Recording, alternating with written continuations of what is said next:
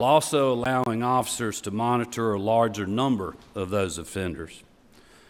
Virtual offices will provide a safer work environment to our officers, and by allowing greater oversight of offenders, we will enhance safety of the community at large. The Department of Corrections is also deploying a more accurate, real-time keeping system for its correctional officers. This updated system will enable the agency to save a whopping $16 million next year in overtime costs, simply through more efficient scheduling of their officers. Several agencies evaluated their current space usage and found ways to reduce their real estate footprint to save funds on rental costs. Others consolidated administrative functions or reorganized back-of-the-house operations to streamline administration and reduce duplication of efforts, all with no impact on service delivery to our citizens. Our agencies have also been working together to eliminate duplication, to improve interagency coordination, and to reduce cost of the administration while maintaining or improving access for citizens.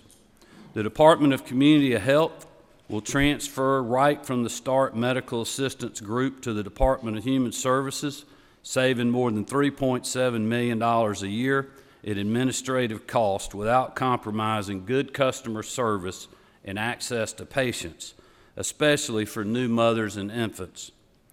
The Department of Natural Resources and Community Affairs will consolidate their separate historic preservation activities into one unit within the Department of Community Affairs.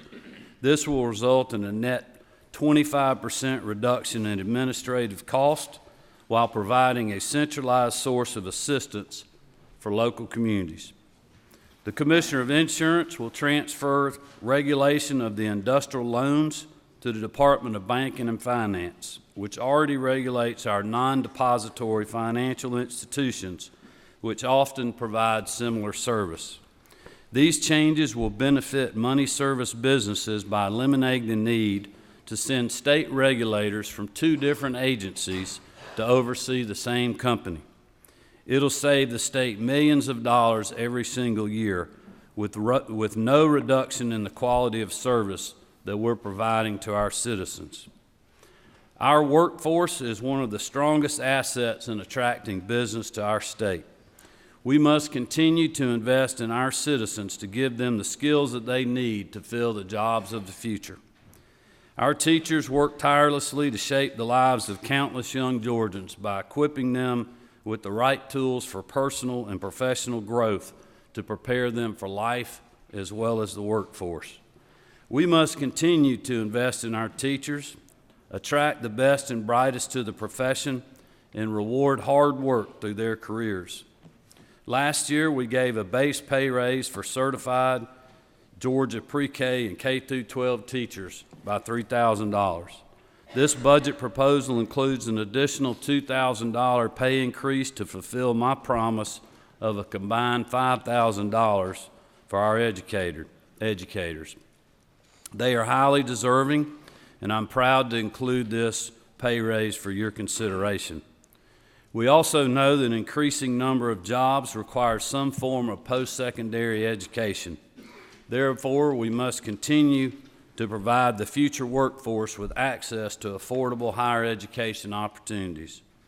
This budget provides more than $81 million to the university and technical college systems to fully fund enrollment growth and mitigate the need for a student tuition increase.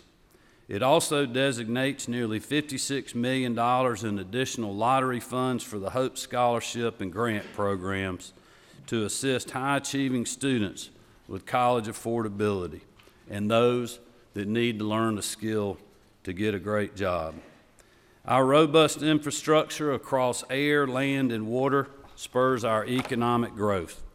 This transportation network drives business to the Peach State because companies can quickly and reliably move goods throughout Georgia to a national or international marketplace. To maintain and expand our network, This budget proposal adds $51 million to the Department of Transportation for roadways, $50 million in general obligation bonds to repair and replace bridges, and $1.8 million for motor carrier officers to maintain safety on our highways and maintain the integrity of our ports corridor. As you know, public safety is the most fundamental purpose of government. I remain committed to the safety of Georgia communities and families who are increasingly threatened by the rise in the criminal street gangs. To combat this crisis head-on, this year we launched the Anti-Gang Task Force at the Georgia Bureau of Investigation. I certainly appreciate you all's support in us being able to do that. But to support and expand their important work, I've included nearly $2 million between the amended and fiscal year budget for 7 new positions to the task force. This funding will also operationalize the statewide gang database, which will help state and local law enforcement track gang activity and use valuable data to stop and dismantle criminal enterprise. This was a priority of the legislature many years ago. It is now being funded and becoming a reality. The rising cost of health care continues to be a threat to the financial well-being of too many hardworking Georgians. My administration is working daily with our state and federal partners to lower costs for Georgia families and better support rural health networks. The amended fiscal year 2020 and 21 budget will continue to prioritize quality, affordable health care for vulnerable citizens with almost $90 million in the 2021 budget for enrollment and expense growth in Medicaid, especially for the projected needs of the aged, blind, and disabled population. The amended budget also includes $23 million to provide the state match for the disproportionate share hospital payments for private deemed and non-deemed hospitals serving low-income patients, leveraging an additional $47 million in federal assistance for these hospital systems. Finally, I'd like to take a moment to recognize the hard work of our state employees. Their commitment to public service improves the lives of our fellow Georgians each and every day, and we must take care of those who take care of us. Agency leaders regularly cite employee recruitment and retention as one of their biggest challenges. High staff turnover wastes taxpayer resources and causes disruption in service. That's why this budget includes more than $45 million to fund a $1,000 pay raise to full-time state employees currently earning less than $40,000 a year. I'm proud of the common sense savings included in this budget. I believe that we've shown taxpayers that we're good stewards of their hard-earned money, and with this blueprint, we will continue to build a state that Georgia will be proud to call home. I also fully understand that the legislature has the opportunity now to put your blueprint on the budget, and we sincerely look forward to working with you as we did last year to come up with a budget that will make our citizens proud, continue to move our state in the right direction, and continue to make Georgia, as it is now, in my humble opinion, the best state in the country to live, work, and raise our families. I know that you're going to hear from our state economist, Dr. Jeffrey Dorfman this morning, the OPB director later in the week, and the agencies. I know that you will get a lot of information out of that. You'll probably also have a lot of questions that you may not get answered today, but we're looking forward to working with you to get you those answers and to continue to work on the priorities of all that are in this building to keep our state great. So thank you, Chairman Hill and England and the rest of the committee and the members that are here today for having me. Thank you, and God bless you. Thank you, Governor.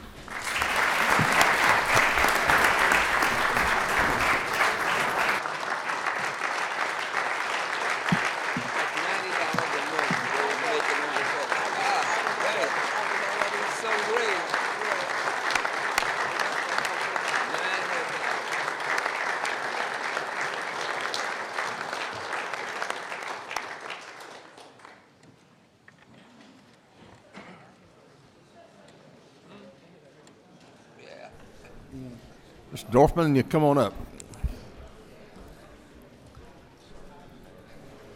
Here's the clicker. It's got like presentation functions on it. Okay.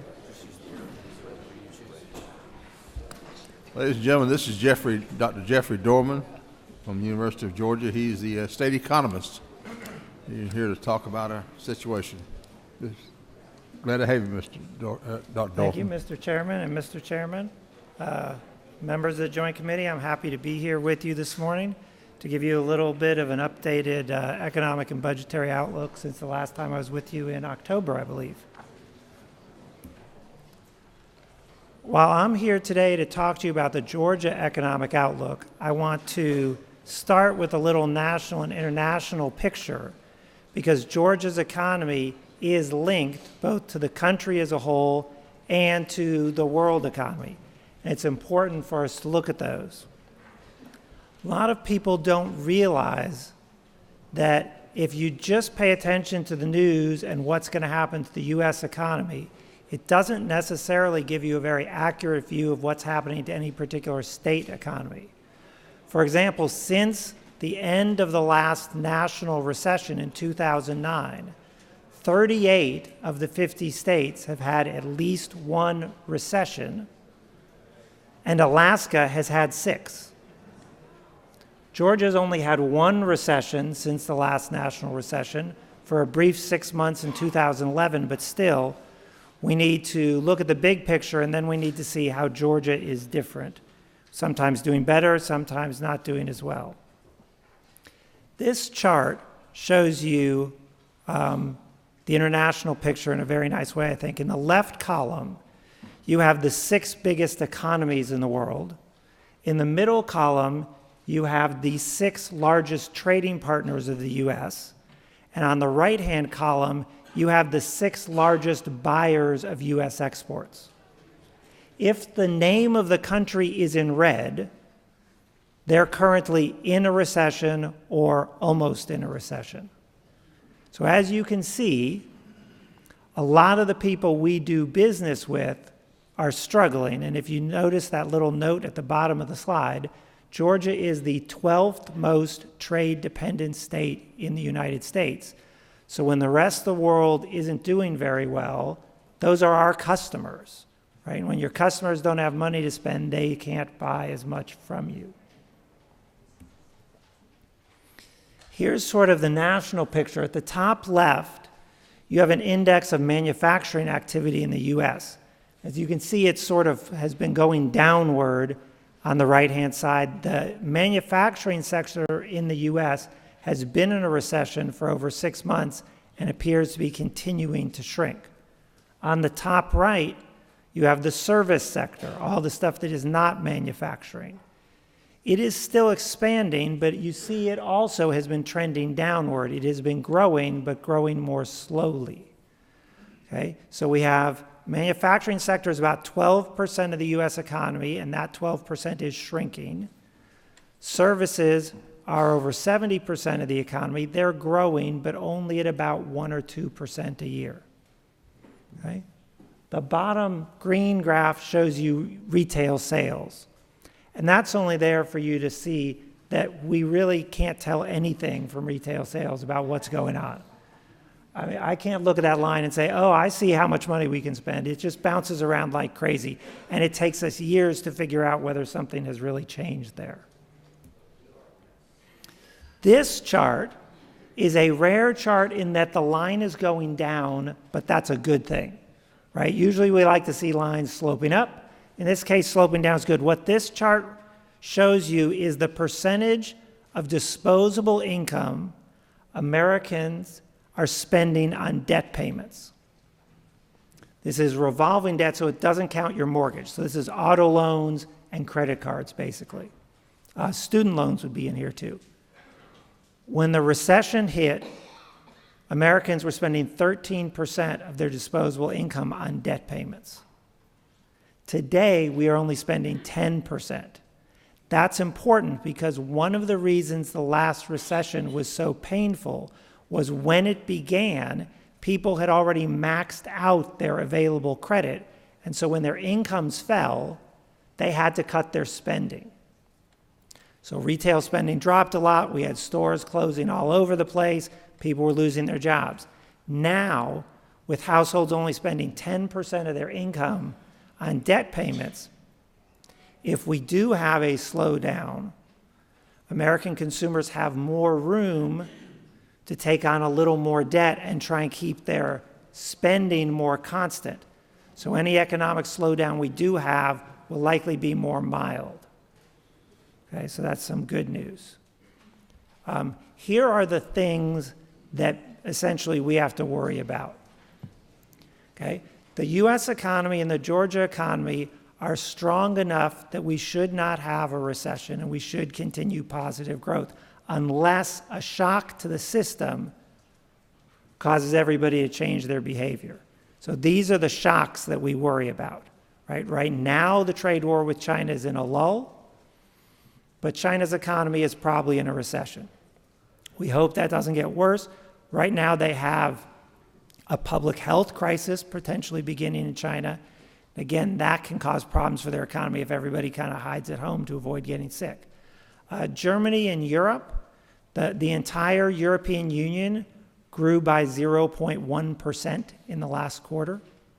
So they are barely managing to grow. And as you remember from the earlier chart, they are very big customers for our businesses.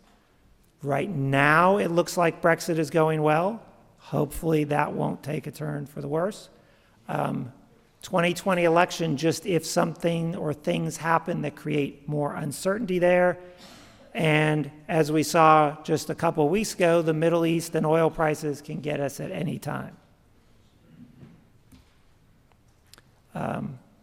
Now, as we continue to move to more Georgia and Georgia Pacific, wage growth in Georgia has been quite solid, but job growth has been rather slow. When we look from August of 2018 to August of 2019, we actually only added 0.3 to employment in Georgia.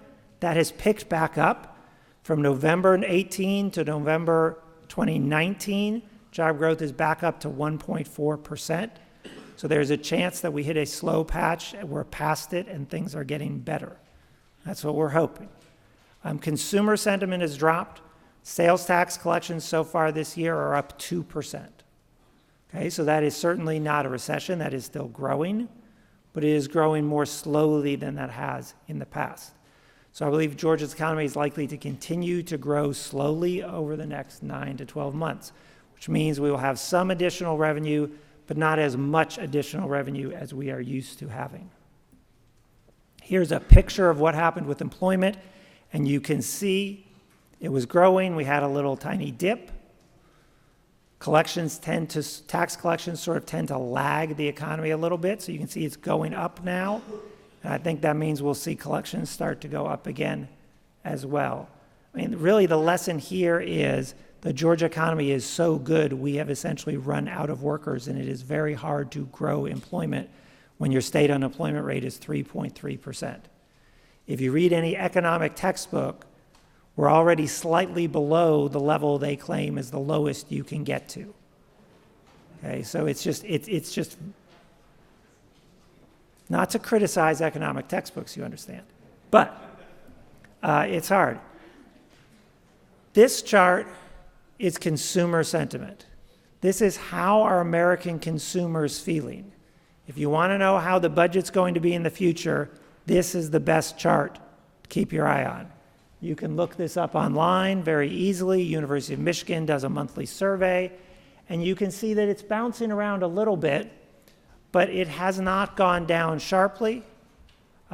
We would expect it to drop about 10% from where it is now before we would have a recession. So far the consumers still feel pretty confident that things are going to be okay.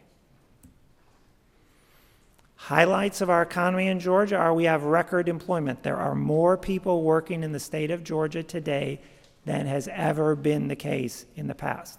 We also have the lowest recorded unemployment rate we have ever had in the past.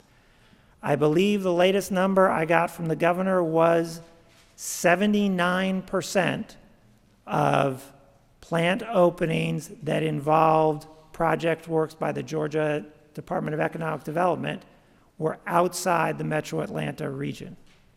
That means we are growing the Georgia economy everywhere. It's growing in Atlanta and it is growing in the rest of the state. And as he often says, we are the #1 state to do business in for the 7th year in a row. These are all good things that tell us the state of our economy is quite good. So, after I told you how wonderful everything is, why is the budget so tight? Budget is tight because revenue growth is slow. So why is revenue growth slow? Revenue growth is slow because while employment is growing, and employment is an all-time high, it is growing slowly. Retail sales, all-time high, but again, growing slowly. Corporate taxes, also an all-time high, actually growing decently. That's our one bright spot, really. The chart you see here, and I'll show it to you again in a minute in a slightly bigger form, shows you sales tax collections for the state, drawn in to show you how that has slowed down. But you'll get a better look at that in a minute. Also important to remember, one of the reasons that the budget is tight is because state government has returned both to taxpayers and to local government a significant amount of potential state revenue. Lowering the income tax rate lowers state revenue collections by $500 million. Okay? Now that does not say it is a bad thing. I think many of us in this room are quite happy to have citizens have their money rather than us have the money for them, but it does mean there's less in state coffers for us to put in the budget. The change in the title tax sent $170 million to county governments instead of to state government. So when you look at those two changes, there goes a lot of the revenue growth that we normally have. Okay. Finally, as Governor Kemp talked about, he has priorities. The legislature has priorities. You will now spend several months discussing and finding compromises on your priorities, but it is important to understand the math here. There are parts of our budget that either everybody agrees are priorities and need to grow faster than revenue, or that are essentially on autopilot like Medicaid and are growing faster than revenue, and there's not much we can do about it. So in order to have the budget match revenue growth, if some things grow faster than the average, other things need to grow slower or be cut. That's just how math works. And so given the additional funding the legislature is providing for education and for public health, there simply is not enough money left for things that we have not made as much of a priority. This is just a picture to show you where all your money comes from. The right-hand side, slightly over half of the pie, is income taxes. And the big green slice on the left is sales taxes. Those two things are pretty much the only two things that matter. The other stuff adds up to less than 1/4, and a lot of that other stuff is also designated. For example, motor vehicle-related taxes that automatically go to GDOT. Okay? We're having right now, so far, first 6 months of the year, income tax collections only grew by 0.3%. So half your pie only grew by 0.3%. Sales tax, that other quarter, is only growing at 2% so far. So that's 3/4 of the budget that so far have added only about 2/3 of 1% additional revenue. Here's this sales tax picture again. You can see how we were growing more rapidly, and then it's been much slower recently. Finally, I think we should consider these good news sides. This is the rainy day fund. Revenue shortfall reserve, you can see that we are an all-time high of about $2.8 billion right now, and approaching 11% of the size of the budget. I think that's very important and prudent, because if you look back to 2007, you will see that we were at $2 billion and about 8% of the budget, and that wasn't enough. We went through all of it, and if we'd had more, we could have used more, and you would have had to cut the budget less. So I think it is important that we continue to be prudent managers of the state's resources and make sure our rainy day fund stays healthy. This, of course, is the #1 thing that bond rating agencies look at when they decide whether Georgia gets to keep its AAA bond rating. And so this is vital for that purposes, and keeping that AAA bond rating saves the state of Georgia millions and millions of dollars every year because the interest rates on our bonds are therefore lower. This is state funds per capita. So we're adjusting for inflation and for population. What you can see here is that Georgia has reached once again sort of its all-time high. We peaked once before the 2001 recession, dropped down a little bit then, had mostly come back before the 2007 recession. We dropped a lot. We have now regained that point. I think one thing to think about, and I think this is one of the things that the governor thinks about, is there a reason this now needs to continue to grow, or are we back to what we think is a suitable level? And at this point, it is better to return money to taxpayers than to continue to have state revenue grow. But this gives you a good look of putting in perspective what the size of state government is right now. With that, I am done, and thank you very much for listening. Questions?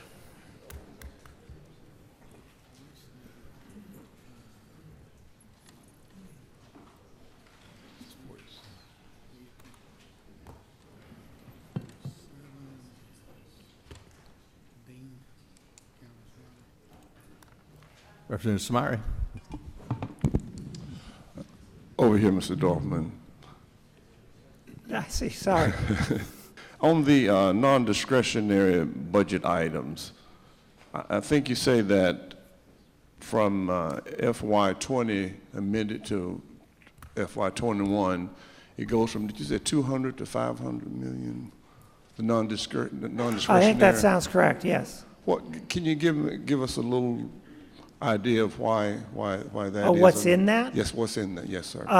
The largest element of that is fully funding QBE. So then most of the rest is anticipated increases in Medicaid spending.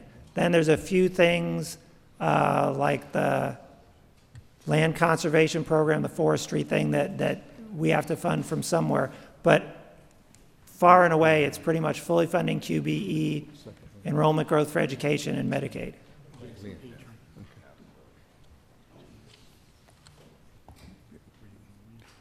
Chairman Smith, Lynn Smith. Thank you. Over here directly in front of you. So my question kind of piggybacks on Calvin Smiley's question. Through the years I've been up here, I've noticed that the state of Georgia, through legislation, is putting more and more restraints on discretionary spending. We have more formulas to allocate X number of dollars. Are we reaching that tipping point of where we have fewer discretionary funds to use to solve our problems? That is a great question. One of the best ways I think to answer that is the state budget is $27 billion. The governor's 4% budget cut to this fiscal year saved $200 million. So 4% of $27 billion would be over $1 billion. That only saved us $200 million because of how many things are exempt from the cut. Those are the things I think you're talking about that are essentially formula-driven or on autopilot. So when you hear a lot that the federal budget, 3/4 of it is non-discretionary. Congress only deals with 1/4 of it every year. Georgia actually has a larger percentage of our budget right now on sort of autopilot than the federal government does. We're about 80% on autopilot, and you all are talking about the other 20%. Now, admittedly, that's putting in the 80% on autopilot K through 12 education. It's not really on autopilot, right? But if you assume that the legislature wants to continue to fully fund QBE, then 80% of the budget is essentially already determined. Thank you. Representative Petrie.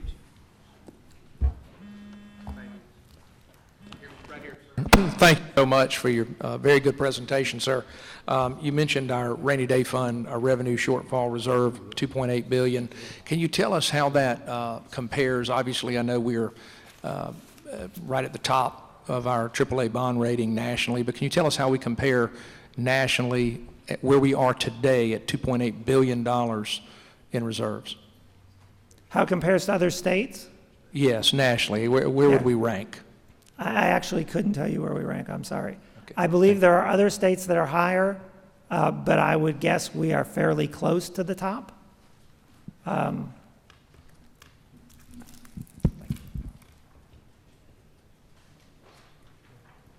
Representative Stovall. Thank you, Mr. Chairman. I read an article recently in the James magazine, and it stated that due to the automation and the changing of the economy, that Georgia is in danger of seeing 1.5 million of its workers and their children be unemployed or underemployed in low-wage jobs.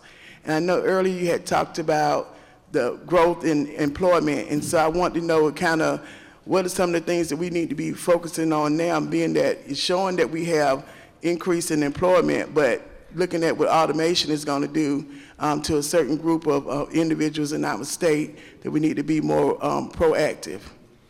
Sure. Thank you for the question. I will admit I am not a person who worries about robots stealing all our jobs.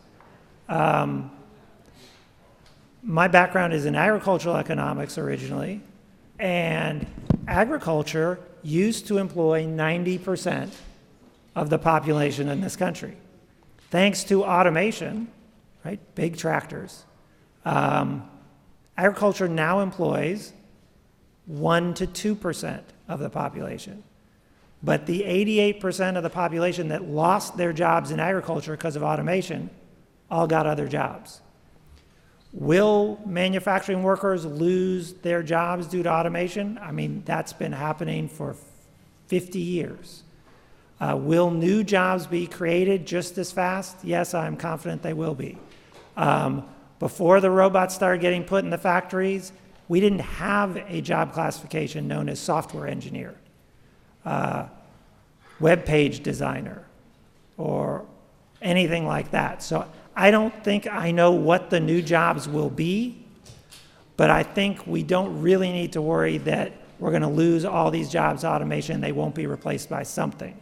I think it is important that the people at the Board of Regents, at our high schools and the State Department of Education and our technical college system of Georgia figure out what those jobs are going to be and make sure they have training programs ready for those new jobs.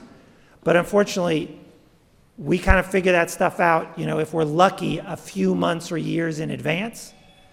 For the most part, we actually figured out a little after we should have figured it out, and we're just always trying to play catch up. So I think I would agree with you, it is important that our training programs are nimble and continue to respond to changes in our labor market. But I think we can do that. We've done it so far, and I think we can keep doing it. Thank you. Representative Watson. Right here, Dr. Dorfman, in the middle. Thank you, sir. Appreciate you being here. Question is, with agriculture being our state's #1 industry and our state very dependent on trade, how or will the Chinese trade agreement impact our economy as far as agriculture goes, and how will the USMCA agreement impact our agriculture and our economy in the state going forward? Sure. The China trade agreement does a little bit for the Georgia economy, not a whole lot, because mostly it's going to help soybean farmers. We don't grow a lot of soybeans. But the decreasing tensions with China will help us in two ways. One, they buy a lot of our pecans, and they had put a tariff on that, which they've now taken back off. That's worth quite a bit of money to us. And they recently, I think a few weeks before the signing of the Phase 1 trade agreement, opened their markets to Georgia poultry products. They had banned us for another number of years over some, what I would say, questionable concerns about the health of our chicken products. But because of the problems they're having with their pork sector. They need more protein. So them taking shipments of our chicken is huge. And I was talking to the head of Georgia Poultry Federation on Friday, and he says the first shipments are ready to start heading to China already. So that's going to be a big boost to our poultry sector, which is the biggest part of our agricultural sector. USMCA will be good for quite a number of farmers and agribusinesses in Georgia, again, including the poultry sector. It will also be bad for a few sectors of Georgia agriculture, particularly fruit and vegetable growers. So net, we will win, but some people in Georgia will be hurt. Senator Miller. Thank you, Mr. Chairman. Over here. On the retail scale you showed earlier, you mentioned that you couldn't tell much by it, but I'm always concerned about consumer confidence and consumer spending. There were 2 blips on that screen. Do you recall what those were? They were really dramatic, and everything else was in line. Consumer spending or consumer sentiment? One of the very first slides in green on the bottom. Whoop, This there one. we go, right there. Retail sales. What are those 2 real positive blip there? And then Okay, so the really big one in 2008 was that cash for clunkers? No. Kidding. No, that's almost, so that is almost surely a data artifact. Okay. That's where something got revised or moved from month to month, so that, Okay. that you want to ignore. And then the one, actually, I'm sorry, that's back in 2001. The big drop you see, that's actually the start of the recession. Okay. Thank you very much. Sure.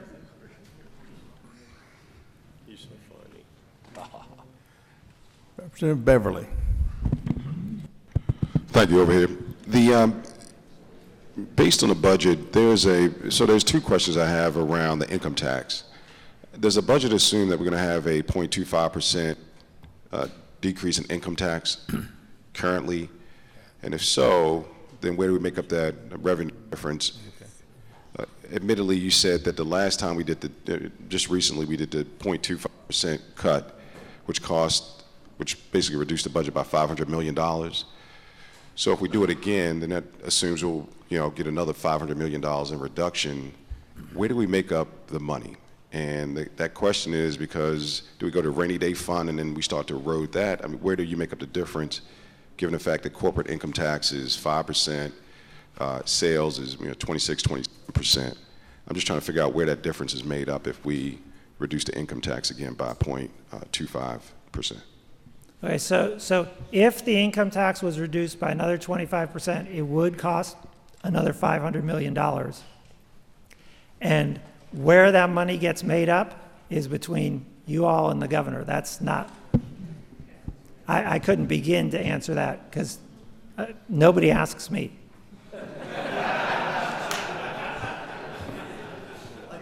Yeah. Senator Gooch.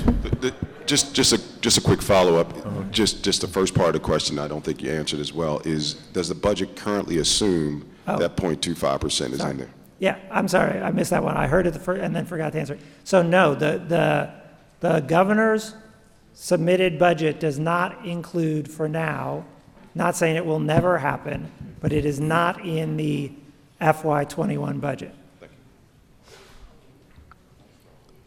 Senator Gooch. Sir, up here up front, to your right here. We've heard numbers in excess of $2.5 billion for damages from the hurricane in Southwest Georgia. What impact do you think we see in today's economy as a result of that storm, and when do you see that recovering in the numbers that we're looking at going forward? Sure. First of all, as the person who came up with the $2.5 billion number, I can tell you that's a very accurate number. Thank you. Second, so what did that do to the economy? That took probably about 0.5% off of economic growth in the state of Georgia. It's a little hard to tell. We actually still don't have exact numbers on how much we got back in insurance. We are getting close to getting another round of federal disaster relief aid. I was at a meeting with the Commissioner of Agriculture in Macon on Friday talking about exactly that and how he and his staff have been working very hard to build an infrastructure and a procedure to get that money to Georgia farmers as quickly as possible when we finally pry it out of Washington, D.C.'s hands.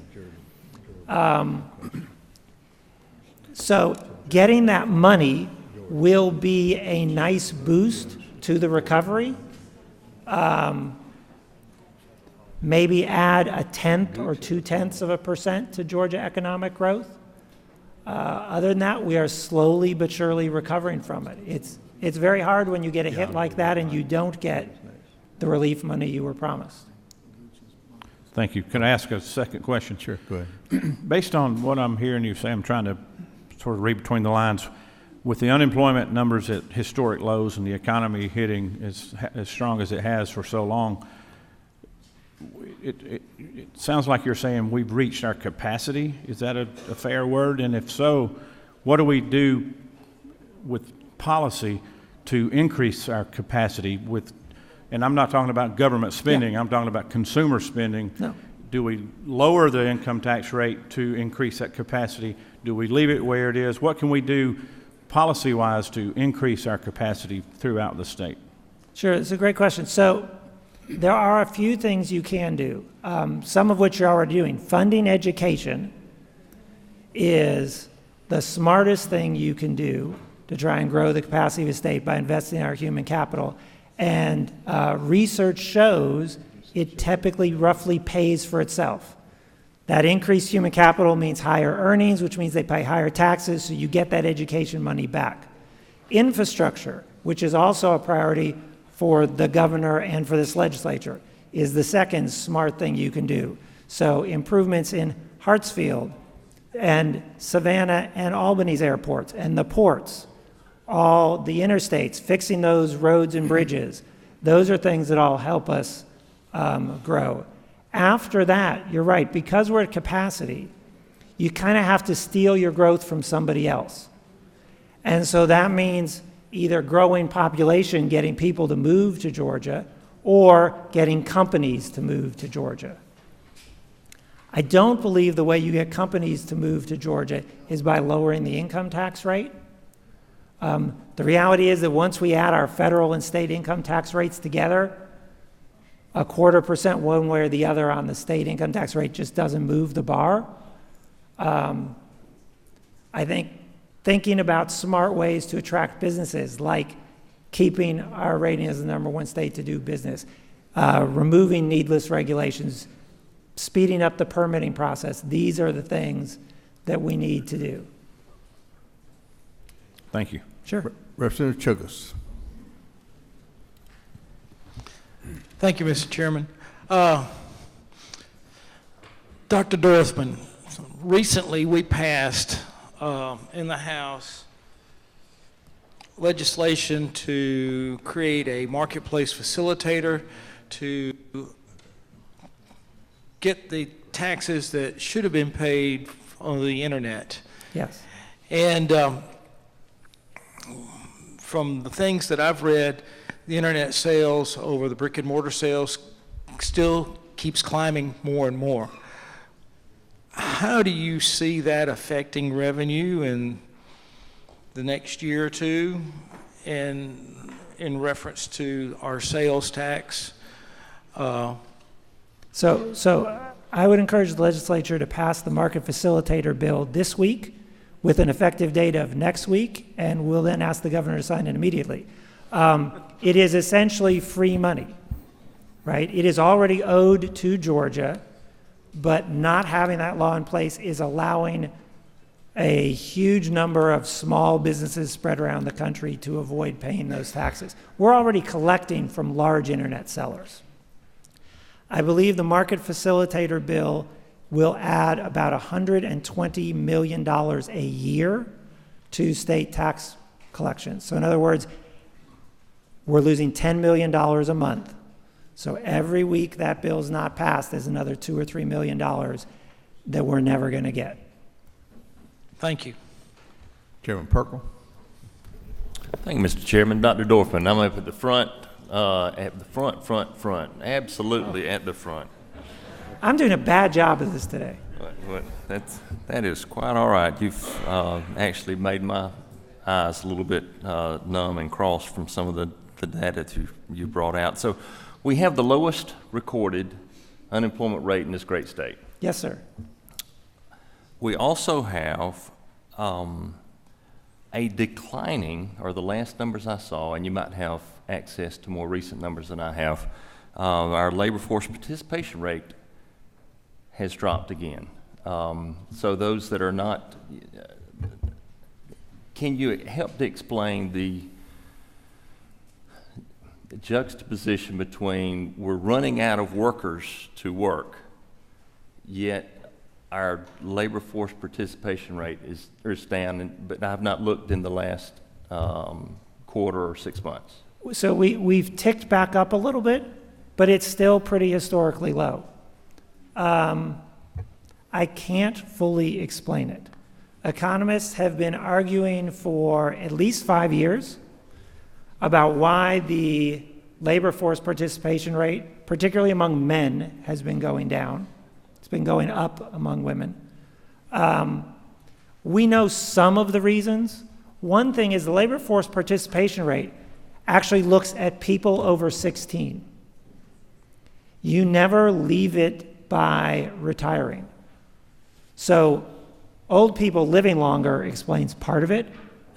You can find statistics on labor force participation just for people 25 to 54 to get rid of the retiree problem, and it's still kind of historically low. So the explanation isn't just old people. Part of it is disability and chronic pain. We know that a significant percentage of particularly men that have left the labor force are suffering from chronic pain and often are taking drugs to combat that pain. But again, that's part of it, but doesn't explain the whole thing. After that, we're just at a loss. There are people who say it's 20-year-old guys staying home and playing video games, and all kinds of other things. And we just don't know. So I'd love to give you an answer, but we're still fighting about that one. Senator Harbin. Okay. Back here in the back. You used the word recession, and of course that's a word that gets everyone's attention when you use the word recession. Can you define the factors that you look at that make up when you know we're in a recession, number one? What are you looking at and to declare that we're in a recession? And then secondly, what's the time frame that a recession is predictable? When I say it occurred, do you know about it 3 months after, 6 months after, a year after? What's the time frame that you use when you declare that there's a recession going on? Kind of looking at a predictor from that standpoint. Could you help us understand that and how Sure. that word is used? Okay, first, I'm pretty sure I only used the word recession in reference to other countries' economies. Correct, but Yes, how would you for define just us? emphasizing that for the media present. So I'd like that word not to be in the coverage of my remarks today. Sometimes we can see recessions coming fairly clearly in advance. The 2007 to 2009 recession was preceded by a 6 to 12 month fall in consumer confidence, and the real estate sector actually peaked in 2005, so it was going down for a year and a half or 2 years before that recession started. So if you didn't see that one coming, you weren't looking. Sometimes we don't see them until they've already started. Officially, they are not declared until anywhere from usually about a year after they start. There's actually a committee of economists that gets together in a room and decides when the recession officially started, and then they decide when it officially ends. There is no government rule. There is no specific numerical definition. Generally, we think of it as 6 months of the economy shrinking, which means that they have to wait at least 6 months before they declare one started, but they usually wait a little longer. So the things I look for are consumer spending, consumer confidence, personal income. Those have slowed, but are still growing. So I think there is pretty much zero chance we are in a recession now. I don't think we are particularly close to one. The danger is that some big international event sort of throws us in rather quickly. But absent that, I think we're okay. Representative Knight, David Knight. Thank you, Mr. Chairman. Dr. Dorfman, I appreciate your comments. I did want to make a remark because I want to make sure there's clarification. Quite frankly, a distinction between what the feds do and what Georgia does in regards to discretionary spending, because for those of us who were here in 07, 08, 09, and 10, believe me, everything is discretionary because the Georgia Constitution makes make sure that we live under a balanced budget. So everything is, as far as I know, at our discretion. Yes. From a perspective of expenses, and subject to, budget issues, including, looking at those budgets to see if they are correctly working and the policies coming out of what we're spending. Specifically, though, I want to make sure, though, that we look at this. When we look at things like Medicaid and education, especially with Medicaid, I want to make sure our comments are not taken out of context. That, would you agree that overspending, wasteful spending in regards to those areas are indeed discretionary items that we should come in and address? Yes, I completely agree. Obviously, we never want to waste money. And I don't think we automatically owe anybody or any agency funding just because there is a formula or a mechanism that makes it somewhat automatic. What I was saying in my comments was the governor believes it is important to continue fully funding QBE and is working to augment Medicaid spending and coverage in ways that he believes are smart and efficient and of benefit to hardworking Georgians. And I believe this legislature generally agrees with those same two principles, and when you add those dollars up, it means a lot of the budget spending is already taken care of. Well, but it is, you are right, it is still ultimately all within your control. And I think we overall do agree with the governor as far as those priorities.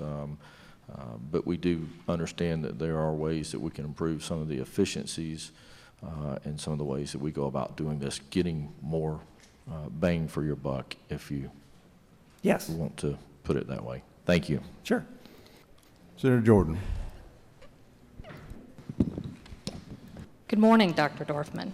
I think you answered the question a while ago, but I just want to be as clear as possible. With respect to the market facilitator legislation that both houses just passed, that goes into effect April of 2020, the budget projections or the revenue projections do not include any money that you would expect in terms of from that bill. Is that correct? That's correct. Thank you. Representative Kirby. Thank you, Mr. Chairman. Right here in the middle. One of your charts at the very end talked about the state funds per capita being back equal to our all-time high. Kind of really put you on the spot. Is that the right number? Or should we be looking down or up? Or where do you think that should be? Governor Kemp says that's the right number. How about the state economist? State economist agrees with his governor.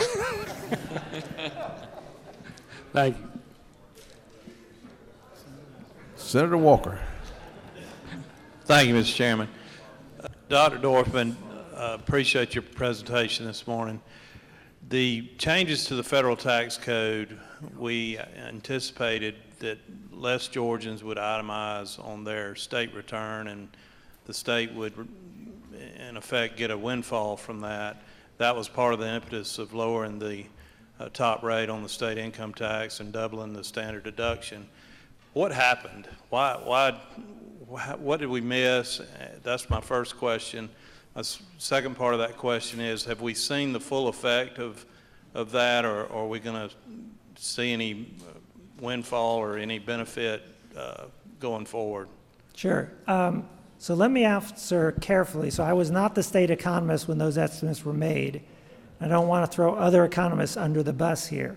But there were sort of three things going on. As you said, there was the change between itemized and standard deductions at the federal level, which requires people to make the same change at the state level. That meant we were going to get a bunch of extra money because the state standard deduction was smaller than a lot of people's old itemized deductions that were smaller than the new federal standard deduction. So anybody that was between the two standard deductions with their itemized would be facing a tax increase in Georgia and lots of other states. So every state had to deal with this, or almost every state had to deal with this. We tried to deal with that expected windfall in two ways: by increasing the standard deduction and by lowering the rate by 0.25%. We were unsure enough about the size of the windfall that we were wise enough to schedule the income tax rate cut in two phases, because we wanted to kind of tiptoe up to that line and make sure, and not just drop 0.5% all at once. I think it turns out it was really smart we did that, because what we learned was the change we made in the standard deduction and the 0.25 point cut was enough to fully avoid any windfall. Okay, and Georgia taxpayers were held harmless by those two already. We don't need the additional 0.25 point cut to take care of that.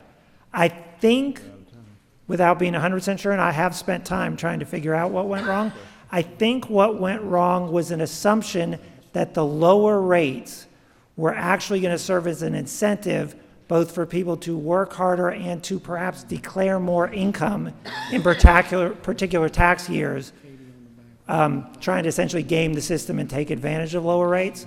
But as I said earlier, the reality is the federal government cut people's income tax rates by a much larger amount, and the change in the state rate just went unnoticed. Even worse, it happened January 1st, which is when most workers' new insurance year starts. And if you get employer-sponsored health insurance, and on January 1st, they raise the employee share, most Georgians probably had their take-home paycheck actually goes down, not up, because the Georgia state income tax cut was smaller than the increase in their health insurance premium. And so nobody even knew they got a tax cut. And if they don't know they got a tax cut, then there isn't going to be any incentive or any growth because of that tax cut. So we did a good job of giving the windfall back to taxpayers. Turned out we did a little better job of doing that than we thought we were doing. And that's about the best I can tell you. Ladies and gentlemen, we're out of time. We're going to take one more question. The others who have questions, if you'd see Ms. Dorfman after the presentation. Former Senator, now Representative Lee Hawkins. Thank you, Mr. Chairman. Agriculture has always been our greatest revenue enhancer, and after Michael hit in 2017, it left $2.5 billion product on the ground. We got a revenue stream of $28 billion, so that's considerable. But since then, in that loss, we lost the transportation income, the packaging and processing income, export income, and even today, we still are losing income from the loss of 47,000 acres of timberland, egg product, and I could go on and on. Has that been a blip on your screen, and are y'all looking at that as far as future revenue loss? Yes, so the $2.5 billion includes a number of those future impacts. I mean, the Georgia pecan industry is looking at realistically a 15-year-long recovery period. For those of you who don't realize it, first it takes 7 years between when you plant a pecan tree and when you start to get a crop. But also, we lost so many pecan orchards, there are not enough pecan seedlings in the world for us to buy and replace all the trees we lost. So farmers are going to have to stand in line for years waiting just to buy and plant the trees, and then another 7 to 10 years to get back into production. So yeah, it is going to be a 15-year recovery period for Southwest Georgia. So what is the estimated ongoing revenue loss from that? Do you have a feeling on In terms that? of state revenue? Yes. It probably, by after FY20, you're probably down to about $5 million a year. So it's pretty small at this point, but it's not zero. Right. Okay. Dorfman, thank you very much Thank for you very taking much. all these questions. We appreciate it very much. Thank you.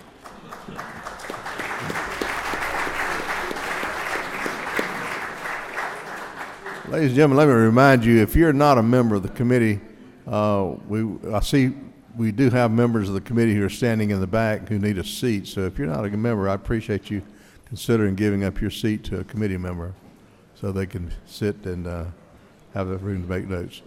Mr. David Curry, the Commissioner of the Department of Revenue. Commissioner Curry.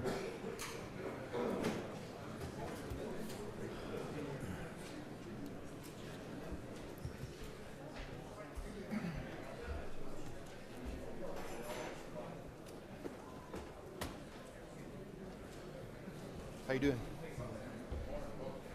Not necessarily need this. Can I slide it over somewhere?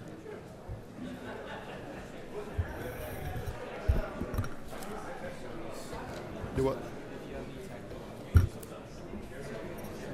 Okay.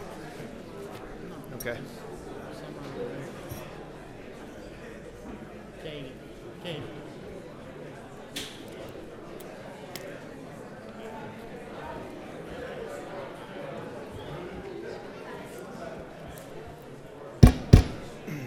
Let's please give the speaker your attention, ladies and gentlemen.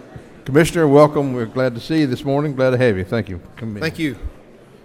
Good morning, Chairman Hill, Chairman England, distinguished members of the committee, special guests. It's an honor and privilege to be with you this morning. On my wonderful drive from Henry County to Atlanta this morning, I was on the phone with another senator. We talked about a constituent matter. He asked me at the end of the conversation what was on my agenda today. I told him I'd be presenting here. The phone went silent, and I thought I'd lost the senator for a moment. I said, "Senator, you still with me?" He said, "Yes, sir, you are, Commissioner." He said, "I was just thinking I was in for a bad day." He said, "Good luck to you today." So I don't know what that meant, but my name is David Curry, a Revenue Commissioner. Been the Revenue Commissioner now for about 8 months. It is truly an honor and privilege to lead that department. The Department of Revenue has 11 regional offices. We have one in Atlanta at Century Center, South Meadow, just west of the airport. We also have 9 regional offices, Albany, Athens, Augusta, Cartersville, Columbus, Douglas, Gainesville, Macon, and Savannah. We have 941 current full-time employees that make up 10 different divisions. Of those divisions, we have 2 legal divisions, ATD being one of them. I call it the Tobacco Division, that does the licensing, permit, and enforcement. We also have OSI, Office of Special Investigations, for fraud detection, prevention, and physical security of the facilities. We also have tax compliance, collection of tax and perform audits, tax policy, legal affairs, and regulations, local government services that deal with the 159 different county of tax assessors and tax commissioners and tax digest. We have motor vehicle division where title, register, license, and IRPs. IRP is an opportunity I see here in the state of Georgia. IRP stands for International Road Permit. We have trucking companies that call Georgia home, yet they license their fleets in other states. I believe we're missing an opportunity to serve that particular customer base. It's one of our goals to reach out to that industry and see what we can do to bring that business and that revenue back to the state of Georgia. We also have the Taxpayer Services Division where we do tax returns and processing. Our 5-year trends. Over the last 5 years, we've seen over 1 million more tax returns processed. Roughly 90%, an increase of 4%, are electronic returns. Motor vehicle registrations, we do about 1 million more vehicle registrations today. I know Senator Butch Miller is probably pleased with that. 1 million more motor vehicle registrations today than we did 5 years ago. Unclaimed property, we streamlined that process. 5 years ago, we had 4,400 claims to unclaimed property in local government services. We've seen an increase of 238% because we've put that online and streamlined it. We also have an increase of 78% of the audits we do at the Department of Revenue. The one thing I want to brag on, OSI and other departments, we've stopped over $1 billion in fraud since FY15. First 7 months of implementation for Drive. Drive started Memorial Day weekend of 2019. We've had over 7.6 million transactions handled between the county and motor vehicle division. Over 280,000 kiosk transactions. That's something that while tax commissioner in Henry County, we brought to Henry County. We're the first county to bring it to the state of Georgia. What I underestimated in that process was changing consumer behavior. Chick-fil-A and Coca-Cola spend millions of dollars every year trying to get that consumer to buy their product. If we miss the consumer, if we, in this case the taxpayer, we have to wait another year to change their behavior. Currently, though, we are seeing a drastic increase in the kiosk usage, which is the ultimate in customer service. These taxpayers can go to Kroger 7 days a week and renew their tag and title and never walk in the door of a tax commissioner's office. We also have processed over 187,000 calls to the motor vehicle desk. When coming on board this past May, one of the issues we had at the Department of Revenue was a call center that was not performing to its best ability. In one of the particular divisions, we had a 66% abandonment rate and an hour-and-a-half hold times, and I don't believe anybody in this room thinks that's satisfactory. Currently, we've decreased on total, in average, we reduced it from 45 minutes to 60 seconds. We've decreased our average handle time by 20% from 7.26 minutes to 5.81. And we've increased our agent retention, which was a problem we had, by 43% by employee engagement, one-on-one coaching. We also make it a competition with posting their rankings in the office. We get employee feedback and a kudos recognition wall. Normally when I'm here at the Capitol, I'm wearing the lapel pin the governor has given me to wear. Today I'm wearing this lapel pin. I'm wearing it on purpose. We recognize our outstanding employees. We brag on them. We love on them. We show other folks, other employees in the Department of Revenue what we expect. When they go above and beyond, and we're trying to change a culture at the Department of Revenue, a tattletale type of culture. Disney first started this. When one employee sees another employee doing something great, we want to hear about it. We bring that employee up. We give them a performance excellence lapel pin, and you might be surprised at just how well this has went over. They really do respond well to that public recognition. But we're here today to talk about the budget. Our budget for FY20 reduction is 5.9% for FY20 and 8.6% FY21. What that equates to for FY20 is $10 million and FY21 $14.6 million. We try to concentrate the approach in 3 different areas. We implemented operational efficiencies, we realigned staffing levels, and eliminated unnecessary expenses. 48% come from operational efficiencies. Part of that is printage and posting. We saved $600,000, $660,000 with eliminating unnecessary printing. The 1099-G form is something you would receive in the mail if you had unemployment insurance benefits or received a tax refund the previous year. Other states quit printing this. We followed up with them. We felt like this was an operational efficiency that we could do. We didn't need to print these notices because all that information is on our website. We eliminated 1 floor for FY20, which saved us $330,000, and 2 floors for FY21 of $660,000. I met with the CIO, Tom McMurray. He said we're now paying for custom servers that we don't need. We need standard servers. That saved us $480,000 for FY20 and $1.1 for FY21. Another avenue that I wasn't crazy about when I came on board was the use of private collection agencies. When I was Henry County Tax Commissioner, I did not farm out collections to third party. I didn't feel like the third party had the best interest of the consumer or the taxpayer at heart. They were trying to collect that revenue. We want to take care of the Georgia taxpayer. We feel like we can set up a payment plan. We feel like we can provide that excellent customer service better than a third party can. That's going to save us $1.8 million. Also, vendor dedicated developers. That's going to save us about $700,000 FY21. Full-time employees, 45% of our reduction came from that. FY20 is 1.5 million, FY21 is 2.9. These were unfilled positions. This was not a reduction in workforce. We also eliminated open positions for contractors of 1.5 million for FY20 and 1.6 for FY21. Last but not least, the unnecessary expenses. This equated to about 7% of the reduction. Telecommunications. We eliminated landlines that went to desks and nobody sat. We were paying AT&T for a phone that nobody ever answered. Nobody knew what the phone number was. We looked at laptops, Wi-Fi's. We looked at Verizon phones that were sitting on a shelf somewhere. We eliminated $175,000 worth of electronics that we didn't need. That was for the first year. That equates to $230,000 for FY21. Travel and conferences, we took a look, where do we need to go and why do we need to be there? If we can handle a conference in-house, we will. That saved us $208,000 for FY20 and $222,000 for FY21. And we also moved away from Chronos and went to a state time and labor system for employee time clock. Improvements and initiatives. Again, while at Henry County, we implemented the Malcolm Baldrige criteria. Some of you have heard me talk about that before. You benchmark everything that matters in your organization. You see where you're at, and then you look to see how you can improve. And you won't always get it right the first time, but you're constantly looking for improvement. That's what we're looking for. We're looking for performance excellence.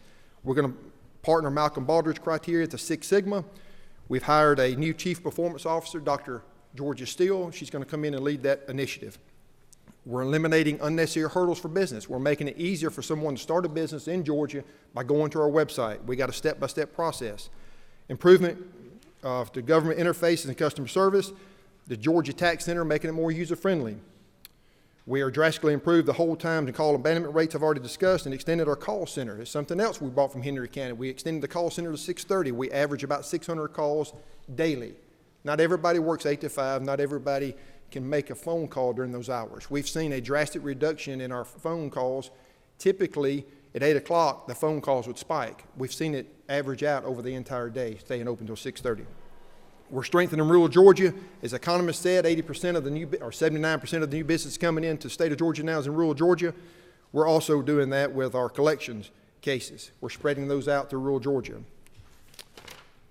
Our performance excellence initiative, which I already talked about, we're improving Department of Revenue's culture, enhancing overall customer service, becoming passionate about continuous improvement and employee involvement, and I want to make Department of Revenue a truly great place to work. With the legislation, first let me say thank you. We need a marketplace facilitator, so thank you for passing that. That is a tool we need to capture the sales tax revenue from this e-commerce. We're also seeing from House Bill 329 2018 session, the TABIT rate changes will reduce to 7% to 6.6. This will carry through June 30th of 23. And the tax rate for Welcome to Georgia, we're reducing it down to 3%. We're also seeing changes in the 529 savings plan, increases deductible amounts for Georgia 529 plan, effective 2020 tax year, so it'll be next year, for $2,000 to $4,000 for single filers and $4,000 to $8,000 for joint filers. Quality job tax credit changes, House Bill 224 2019 session lowered the 50 job threshold to 10 jobs in Tier 1 rural counties and 25 jobs in Tier 2. With that being said, that's a quick overview of our budget and what we're doing at the Department of Revenue, and I welcome any questions. Okay, Senator Huffstetler. Thank you, Commissioner, for being here, and several of us pushed the marketplace facilitator out, knowing that we had heard it was your department's #1 priority, and we're glad that that's taken care of for now. You know, we talked a good bit about the tax bill from 2018 and the reduction in rate that was done. The original sponsor of that was the late Chairman Jay Powell, but he also had another bill, House Bill 811, that he sponsored, along with his top two signers being the current Chair of Ways and Means and the Chair of Appropriations, that would use data analytics to identify non-compliant taxpayers in Georgia. Now, I realize you weren't here when that started, but he and others believe there was significantly more revenue in that than in Marketplace. Can you tell us your plans going forward on that?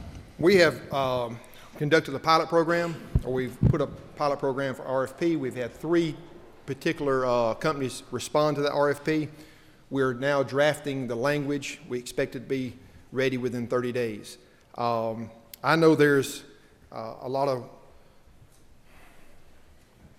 opinions on what's out there that's uncollected, and we're willing to see. We want to see what's out there. But we did our homework too. We reached out to the home states where these companies come from, and we have. I'm just not completely 100% convinced that the numbers are what they say they are. But if there's anything out there that needs to be collected, we want to hear about it. We want to collect it. But I don't want to spend that money before we know exactly what they identify. Also, to go along with that, when the bill was passed, there was no funding mechanism put in place. Every dollar we collect has to be turned over to the Treasury. So these third-party vendors coming in, we need some place, some way, some pathway to get them paid. And we can't shave it off the top without legislation. So that's something that if we take a look at this and we feel like there's value to it, we're going to come back to the legislators and ask for a way to pay these vendors.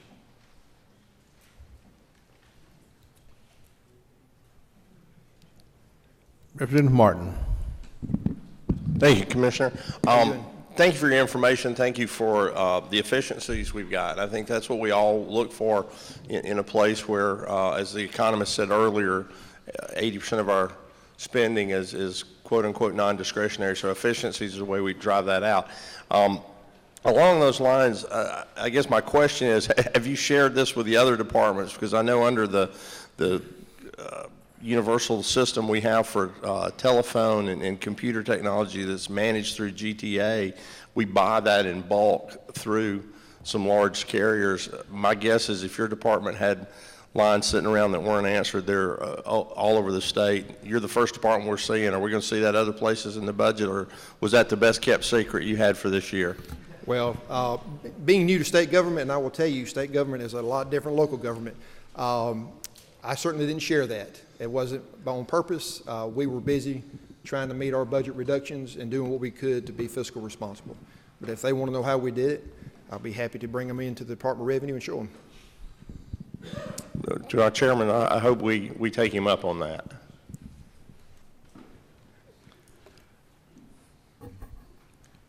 Representative Knight. Thank you, Mr. Chairman. Commissioner, welcome. You have certainly stepped into a pretty big department and probably one of the most important departments that the state has. I know for years the General Assembly, both the Ways and Means Committee and the Senate Finance have invested tremendously in the technology to make sure that our department was doing just as you had said, being up to date, user friendly, making sure we're using technology correctly. So again, I want to applaud you and just again echo what you said as far as the importance.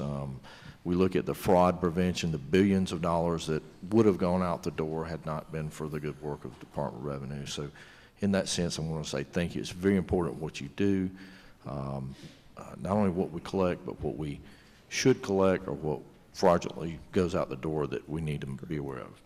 But on a harder note, a much harder note, I know there was a certain revenue ruling that came out in November, and I want to make sure that you know, there is a distinction between the department and the General Assembly as far as legislation. And I know that revenue ruling dealt with a jet fuel exemption that I believe by the language in the code and what most members in here voted for or against was a sunset provision that went out. And I understand that your revenue ruling said that our language and what we voted on made it permanent. I would very respectfully disagree to that end. Yes, sir. Because I don't think that the members in here voted to make that a permanent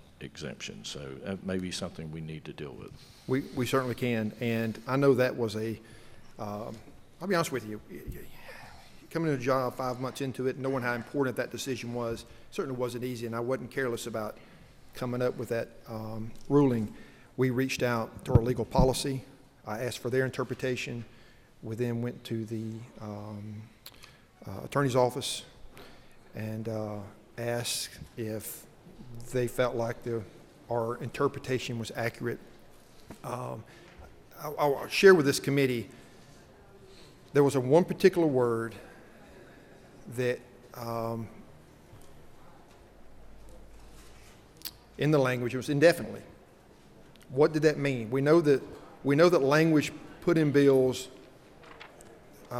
is not haphazardly inserted. So what was the intent? And trying to understand the intent of the legislation and make a decision, and not being here when that legislation was passed, we felt like indefinitely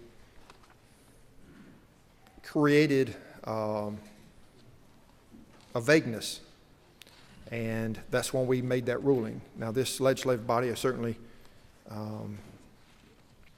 within the powers be can change past legislation to stop that. But we tried to get the intent, and I really did. I really tried to get the intent of the legislation. And I will tell you, after that ruling came out, I had several phone calls that were obviously not in favor of that. With that being said, I truly tried to interpret what I felt like the legislation or the language of the legislation stated. Representative Black. Yes, sir. Commissioner, do you have any current figures on the average back taxes, interest, and penalties that your average auditor collects each year? Per auditor, I do not, but I can certainly get that for you. I don't have, you talking about per auditor? Right. No, sir, I don't have it with me today, but I can get it to you. You made reference to part of your adjustments and reduction calls for eliminating some positions that had not been filled. Yes, sir. Were any of them auditors? There was some, most of the were CSRs, people like that, customer service reps. We're not eliminating anything that's going to have a negative effect on our collections. We feel like we can become better. We feel like we can collect more money with the program we've got in place today. Back in '08, when the recession really hit, we let go a bunch of auditors, and at that time, they were collecting $18 for every dollar being spent on collectors, on auditors. 18 to 1? 18 to 1. Okay, I'll be happy to get it for you. Thank you. Mason. Representative Watson. Thank you, Mr. Chairman. Right here, Commissioner. I appreciate you being here today, and I appreciate your efforts to change the culture. And along the same lines as Senator Black, I was just curious in the tax compliance. I noticed that there was pretty good savings there in the collection, reducing those contracts down. Do you know how much taxes those contracts, how much were they bringing in? I think there was $6 million in contracts. How much revenue were those contractors bringing in for the state? I can get that number for you. I don't know exactly what they were bringing in, but we do know we restructured our collection accounts and pushing those out to rural Georgia. We rescore them. In other words, in the past, if you were assigned to Albany, you only worked cases in that area, and maybe the cases you were working in the area scored a 1, 5 being a higher priority. We are now reassigning cases that may be in Atlanta area that's a higher priority, assigning them to Albany to collect that higher revenue. We truly feel like this will generate more revenue for the state, and let's not forget the 7.9% that we end up having to pay these third party. When we send these notices out and we can work out individual payment plans, again, something else that we try to do in Henry County, we find that most people, they understand they have a tax debt. They understand they've got to pay their delinquent taxes. A lot of times they avoid the situation, but if you can get them to a payment plan and work with them, that's 7.9% interest that the state of Georgia is going to get that the third party would normally get. So we feel like we can do a better job collecting, and at the end of that, the state of Georgia also gets that extra interest. Okay, one more follow-up, Mr. Chairman. The drive system, Yes, is it fully operational, and up and running, and are the savings in the budget what the state's receiving from the implementation of that new program? I don't know what projected a couple of years ago for the system, but Drives is up and running. We had a few hiccups early on, but we worked through programming and get those corrected. They call them SQRs. When I first got on the floor up there at the 15th floor, my first question was, what's an SQR? We didn't use that term in Henry County, but it's basically a change request. We had a lot of SQRs in the system. We've made drastic improvements to Drives. We continue to work with FAST to see those improvements. We feel confident Drives will be the way of the future. We also are transitioning the second part of that. Department of Driver Services is picking up their portion of Drives now, and they're moving forward. So we feel very confident in where we are with Drives. We feel like it's a very efficient system, and it's like any other new program. It's going to take refresh every 18 months, 18 to 24 months, just like a Windows 10 or the new program software. But it keeps you up to date. You won't have this 20-year lag in the future that you have to completely turn things over and start fresh. So we feel very confident that it'll serve the state well. Okay. Well, appreciate what you're doing, and I hope everything works out like it's supposed to. Thank you. Me too. Representative Dickerson. Thank you, Mr. Chairman, and thank you, Commissioner. Here I am right here. Okay. I would like to thank you for the kiosk systems that you've put in. Are they throughout the whole state? I've used one, and it took me less than 5 minutes to get my tags. Well, they're offered throughout the state, and when I say that now, if a rural county or small county doesn't have the population to support their own kiosk, oftentimes a larger county can have one, but there's participating counties surrounding that larger county. They certainly participate. They don't have a kiosk in their county, but they can drive to the next county over and use it. That surrounding county only has to sign up and give them basically an account for them to deposit their money. That's one of the things we try to do again in Henry. We try to get Lamar and Spalding and Butts County and all the surrounding counties to participate because it was basically free revenue for them. Henry County was paying for the kiosk to be there. These other counties had to support by giving a checking account so the revenue would go somewhere. So yes, they're accessible throughout the state, but ITI, the company that created the kiosk, there's got to be a financial model for that kiosk to be sustainable within the county. So if a small rural county cannot do that, they'll put one in the next county over that maybe can. Okay, thank you. It's been a success in my county. Thank you. Thank you. Rockdale. Rockdale, yes. Got time for a couple more questions. Representative Houston. Thank you. Getting back to the bill that we passed about the tax credit, about the taxes for Delta, we had a person who's no longer here who was in the House, was a great legal mind, and he was quite upset about your ruling. Was this your ruling, or did the Attorney General rule on this too, or just the we asked for their opinion. It was our ruling. Look, I am not going to stand up here and label. So the Attorney General did rule on this? The state Attorney General. I ask for interpretation. So if this is wrong, hear this clear. This falls on David Curry. I don't want anyone here to think that this ruling was the Attorney General's ruling or our legal counsel. I ask for a ruling. At the end of the day, it stops with me. So if I got it incorrect, it falls to my feet. Are you an attorney? No, ma'am, I'm not. That's why I asked for legal counsel. Thank you. Senator Jordan. Last question. Thank you, Mr. Chairman. Commissioner, is the Department of Revenue looking into the undervaluation, I'm right over here. Okay, thank you. Of commercial property in Fulton County that's resulted in residential property owners bearing more of the overall tax burden? Okay, could you repeat the first part of it? I didn't hear the first part of it.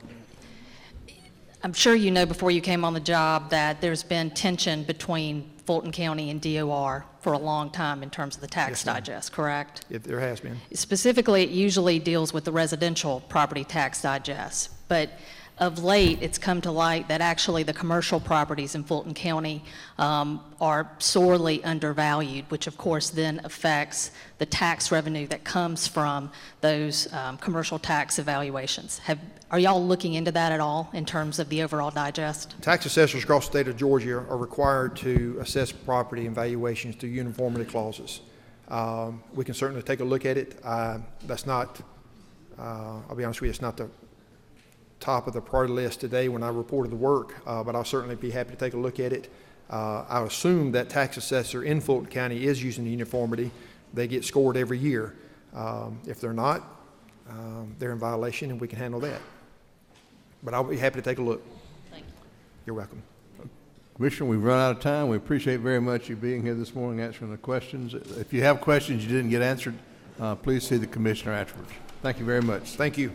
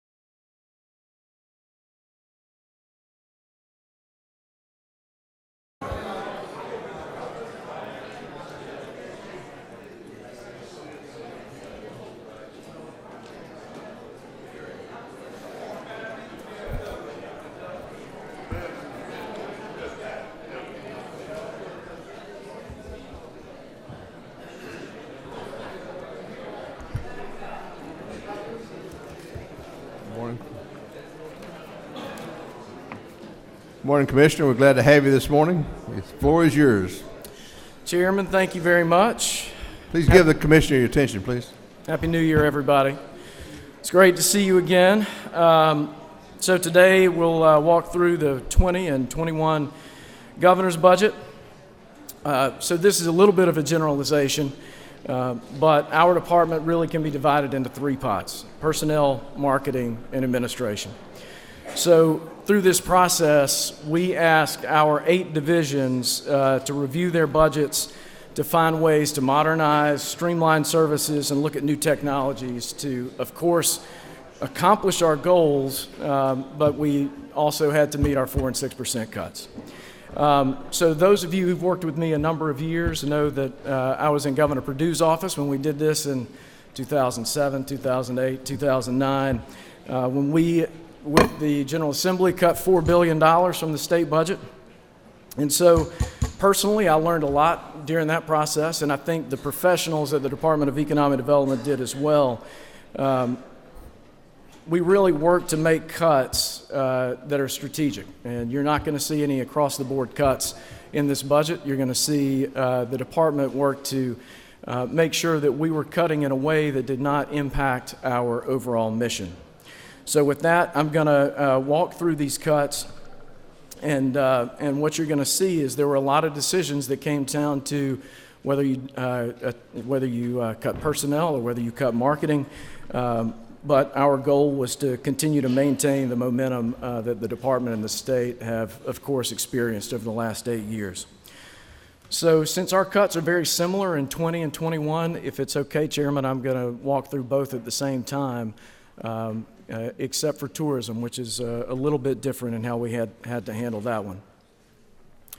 So I'm going to start with the departmental administration.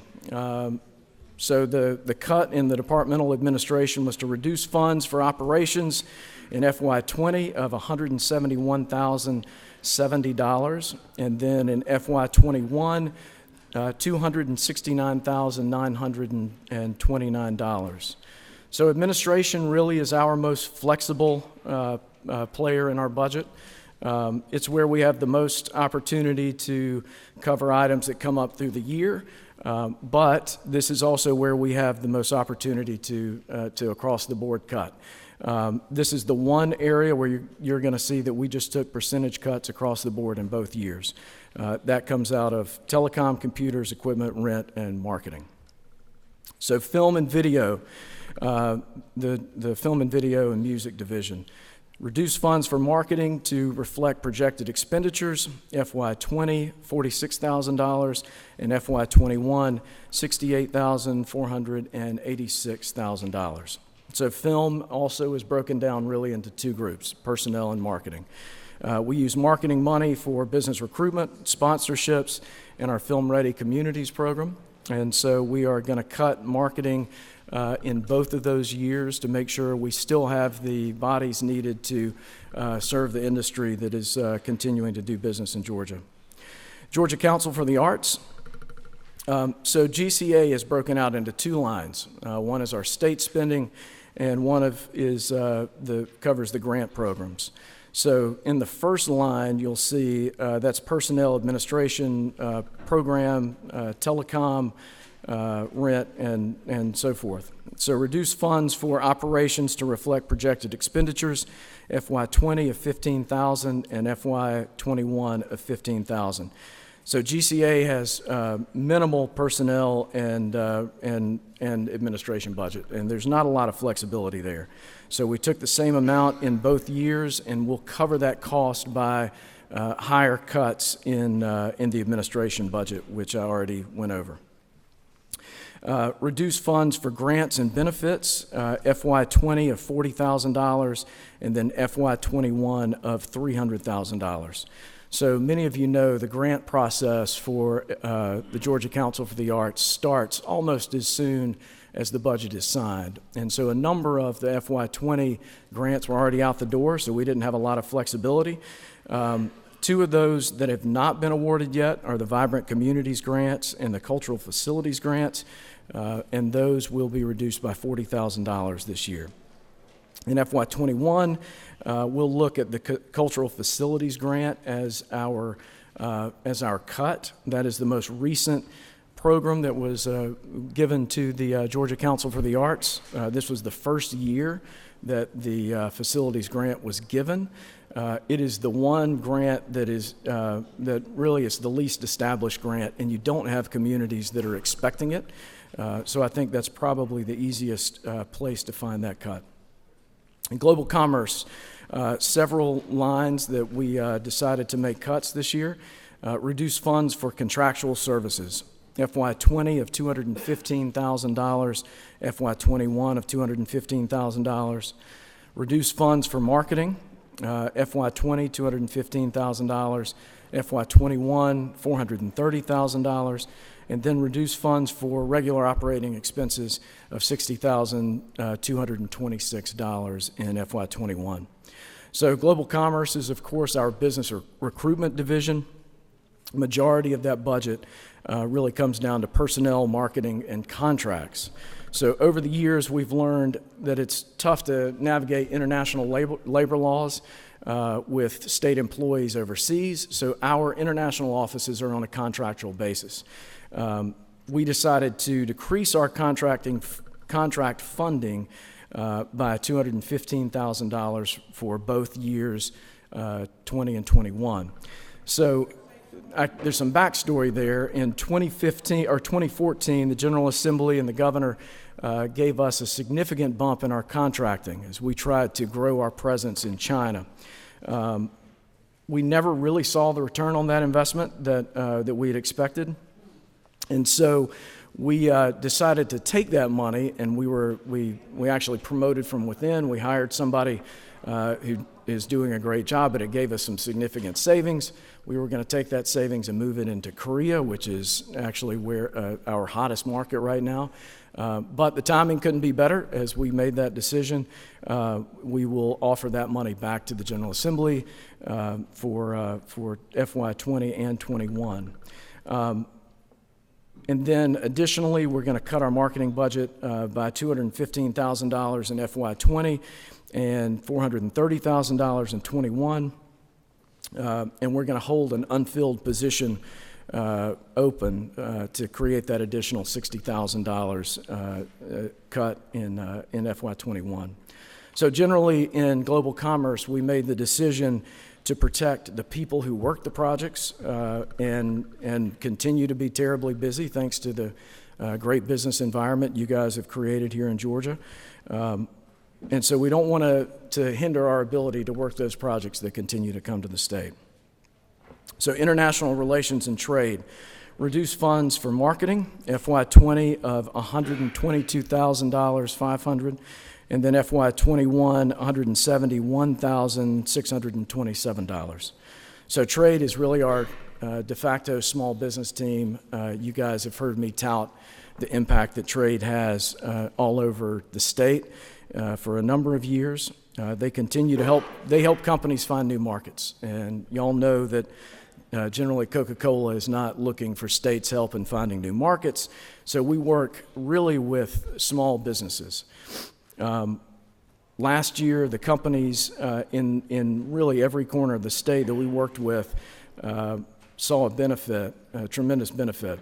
And so our team here at the department worked over 2,000 Georgia companies last year. 82% of those had less than 100 employees, and 50% of those had less than 20 employees. So marketing is where we're going to make our cuts because we need the people to continue to work with those companies. We want to protect those folks and our international offices that assist on the ground. And so what that means in practical purposes is that our team is not going to be able to participate in as many industry events, trade shows, and we'll cut back on travel, but we will focus on the companies that they continue to help all over the state. Our Rural Initiatives team reduced funds for personal services and reflect projected expenditures FY20 of $75,000 and FY21 of $75,000. And so there's a backstory here in that we had an employee that was moved last year in our budget from Global Commerce to Rural Initiatives. He's no longer with the department, and so the difference in his salary and fringe allows us to give back $75,000 to the budget. So this actually will not impact the division and their ability to serve communities at all. Small and minority business development, reduced funds for contractual services, $40,010 in FY20 and $60,000 in FY21. So we are going to reduce our marketing funds in both years in this division, and this really impacts the Small Business Rockstars program, but I do think it is something that we can handle. And then tourism. Now I'm going to discuss tourism separately over the two different fiscal years because we had to do some different things. In FY20, reduced funds for personal services, $344,045. Reduced funds for marketing to recognize savings from the closure of Hartsfield-Jackson International Airport Visitors Information Center of $125,000, and then reduced funds for marketing, $250,950. So for FY20, we had some tough decisions to make here. And so what we decided to do to manage these cuts was to not hire several open positions that we have. Right now, we're going to keep 2 positions open and likely combine duties and move those around. And then we also held off hiring our deputy commissioner to help cover some of those costs in FY20 as well. Additionally, several years ago, you guys may remember that we opened a Visitors Information Center at Hartsfield-Jackson International Airport. So that was a partnership with the Atlanta Convention and Visitors Bureau. And it turns out ACVB needed more space. And so we have dissolved the partnership. And so our money will revert back to the state. The good thing is they continue to handle the statewide tourism there as well. So we're actually we come out doing pretty well in that partnership. And then we're going to reduce marketing as well. And then in FY21, increase funds for employees making less than $40,000. So that's a $48,000, $570 increase. And so if you look at that, those really are our visitor information centers around the state. Many of you have probably dropped in there on your way to and from the state. I would recommend that you do it because you will see some of the most amazing people in those offices really talking about the great things going on in Georgia. This raise will make an impact for them. Transfer 2 VICs to DNR Parks, Recreation, and Historic Sites Program, $277,461. Reduce funds for marketing of $299,032. Fund the Georgia Historical Society's marker program with existing appropriations of $160,000 and eliminate one-time funding of $100,000. Reduce funds for the Hartsfield-Jackson VIC, $125,000. Fund Georgia Civil War's Heritage Trails with existing appropriations of $50,000. Eliminate one-time funds for marketing materials of $25,000. Eliminate one-time funds for Visitor Information Center grants, $150,000, and then reduce funds for 2 vacant positions, $149,320. So as many of you know, the state runs 11 Visitor Information Centers across the state. So 9 of those are on interstates. And again, you see them whether you're coming in on 85 in Livonia or in Ringgold or at Tallapoosa, and 13 million visitors a year go to those visitors information centers. And the one thing that I've worked in those centers, and the one thing that is shocking to me are the number of people who go to those centers. They're coming to Georgia and they don't know where they're going to stay and they don't know where they're going, how to get there. And so those visitor information centers really serve a significant purpose. 2 of those VICs are different. The VIC in Sylvania is the oldest visitor information center in the United States and is on the National Historic Register. And then the one in Plains, which of course is there because of President Carter, and people visiting Plains visit that visitor information center. What makes those 2 different than the rest of the visitor information centers are they are destination visitor information centers. They are not centers where people are necessarily going to find out where to visit the rest of the state. They're not trying to figure out how to get around Atlanta without hitting traffic. They're going there to visit those visitor information centers. And so I believe that this is a good move because going to the Parks, Recreation, and Historic Sites program, that's what these are.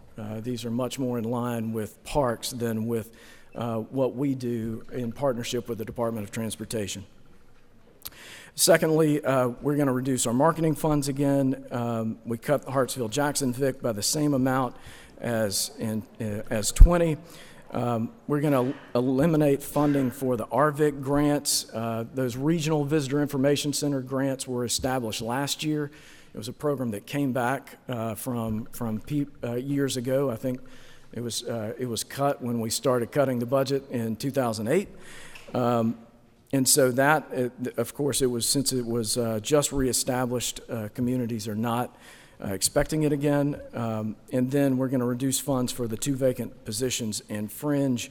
Like I said, we're going to combine duties and look for opportunities to streamline that team. And so then there were additional pass-through agencies that were cut as well. $100,000 from the Georgia Historic Society marker program, and I'm sure Dr. Gross will speak to that. And then cuts to the Georgia Civil War Heritage Trails program by $25,000. Those monies really just flow through our department, so we don't have a real say in those. So that's the end of our budget section. Once again, I really want to thank you guys for the support that you've given over the years. This department has continued to do some great things around the state because of the support the General Assembly has given us. So I do want to say that. So with that, I'm happy to take any questions, Chairman. Representative Pruitt. Thank you, Mr. Chairman. First off, let me say that our economic development of the state of Georgia is the envy of many, many states. You've always done a great job and appreciate what you're doing now. It continues to be something that, like I said, other states envy. But I'd have a couple questions. One is, does any of your reductions impact the Center of Innovation or the Quick Start program? So Quick Start, I'll start there, is under Technical College System of Georgia. And so it does not, our budget does not impact Quick Start. The Center of Innovation program is under the One Georgia funding, and so that would be impacted by just overall One Georgia funding approved by the One Georgia Board. Thank you, sir. Senator Lucas. Thank you. Question. I keep hearing you talking about you cutting in marketing. What about Southwest Georgia? We've got a lot of money invested in George Bagby State Park in Clay County. And I have not seen your department do anything to actually push that park being used.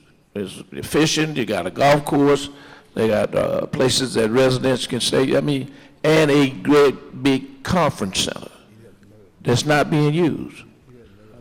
Senator, I personally have been down there. It's a beautiful conference center.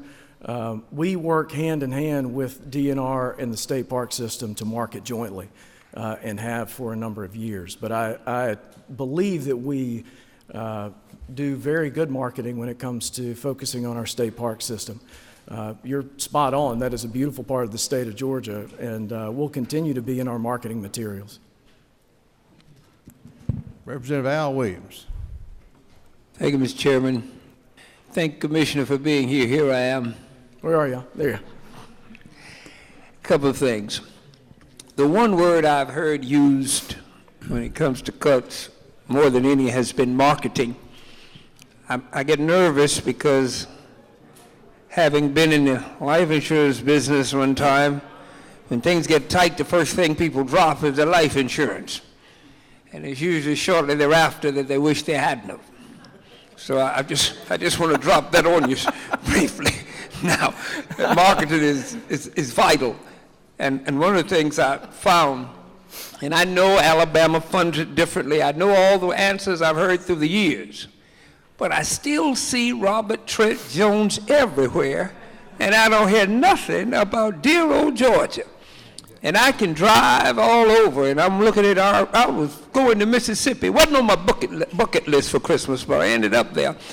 And I saw ads for Robert Trent Jones, but we're cutting marketing, and my experience is we've never had a great budget for marketing anyhow. So I don't know where the cuts are going to come from. But the most important thing I really wanted to ask you about, and you can answer all three of them. Sure. Representative Williams, thank you. One second, I got yeah. The 800-pound gorilla is now coming. I saved it for effect. Okay, all right. Now, there is an opening in your tourism director after Lisa left. I've heard from several.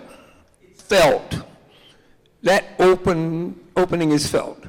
There's a lot of your smaller folk, they were going there trying, and they got a lot of help from Lisa. That is not true now. It's all over the place. Is that one of the spots you're not going to refill? If it is, I'd just like to know if you are going to refill it, how long? Because people are feeling it. So we are actively looking to fill that role right now. And so, in fact, I just had some conversations this morning, Representative Williams. So absolutely. And I agree with you.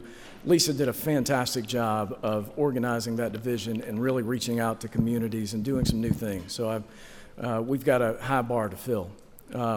When it comes to the Robert Trent Jones golf course and of course, our marketing, the one difference we have, and I'll separate those out. The one difference we have with Alabama and Robert Trent Jones is the state owns all those golf courses, and so we do a lot of work to market our state golf courses in the state park system. But marketing private courses does fall under what we do, which is we are going for sportsmen, we're going for fishermen, we're going for golfers. We do a lot of targeted marketing for that, but we don't have there is not a consortium of state park or state golf courses that we can market as a state. We have to leave it up to our private sector friends on that piece. And then overall marketing-wise, we're lucky in that right now we are very busy. The economy is booming. And so you have to make a decision on whether to have the bodies to continue that momentum, or are we looking to fill the pipeline down the road? And so right now, because we are so busy, we had to cut marketing because I need those people to continue doing the job. In the future, there will be an impact because you're obviously going to see a diminishing return because we cannot go out and market like we usually have. My hope is that if we continue to work these projects that are coming in, the economy will continue to grow and we can come back here in another year and talk about increases. Representative Jackson, Mac Jackson. Chairman, I think William covered my question too, Commissioner. I was just concerned that the marketing of the state, we definitely want Georgia to be marketed. Absolutely. And with the cuts, how are we going to get that done if we're cutting marketing? You know, to say that we're going to have to be more strategic in how we market. One of the great things about the way the world has changed is we can reach more people cheaper than we ever have. And so being able to focus on social media and you know, we just had Tourism Day downstairs a minute ago. One of the things that we announced today is that for the first time ever, if you get the new travel guide, the front of the travel guide is a collage of pictures instead of just one picture that highlights the state. And those pictures actually came from people that are traveling to Georgia. This is the first time that we ever took locally sourced pictures and used that for our travel. It really is, there are two things there. I mean, it highlights what people are actually doing, what they're enjoying. With other pieces, it's cheaper. You know, I don't have to have a bunch of photo crews out trying to take pictures all over the state. And so it makes us, we as a department, have to be smarter about how we spend that marketing money. Again, the great thing about technology is as it changes, and it changes daily, we have more opportunities to reach more people at a lesser cost. Thank you. Representative Penny Houston. Get back to the golf courses in Alabama. I think, didn't the Alabama Teachers Retirement Fund that? And yes, ma'am. if we took money out of our teacher retirement for a golf course, I don't think any of us would be here.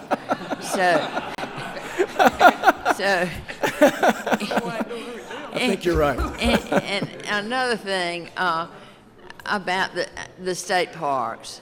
We really have a gym in our state parks, Absolutely. and I hope that y'all would reach out and help Department of Natural Resources.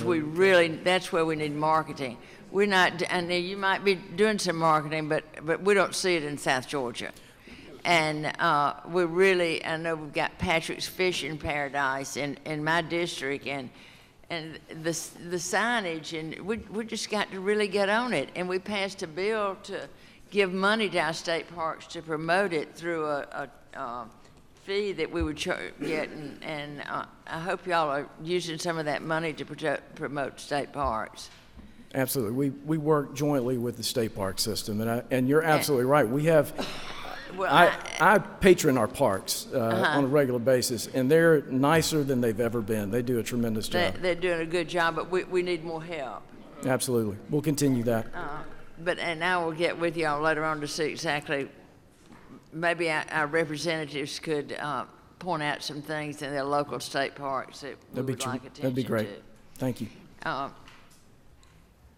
Thank you, and thank you for the job you're doing. Thank you. Representative Mary Margaret Avila. Thank you, sir.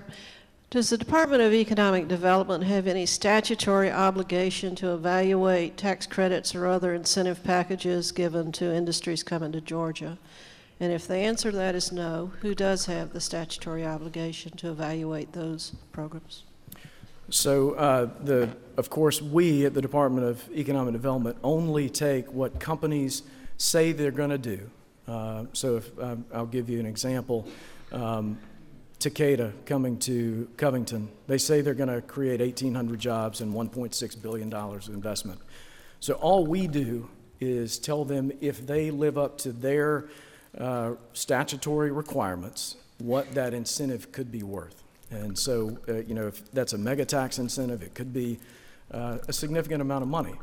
So we create an MOU with them. They go into a binding document that says that they are going to create X amount of jobs in X amount of years.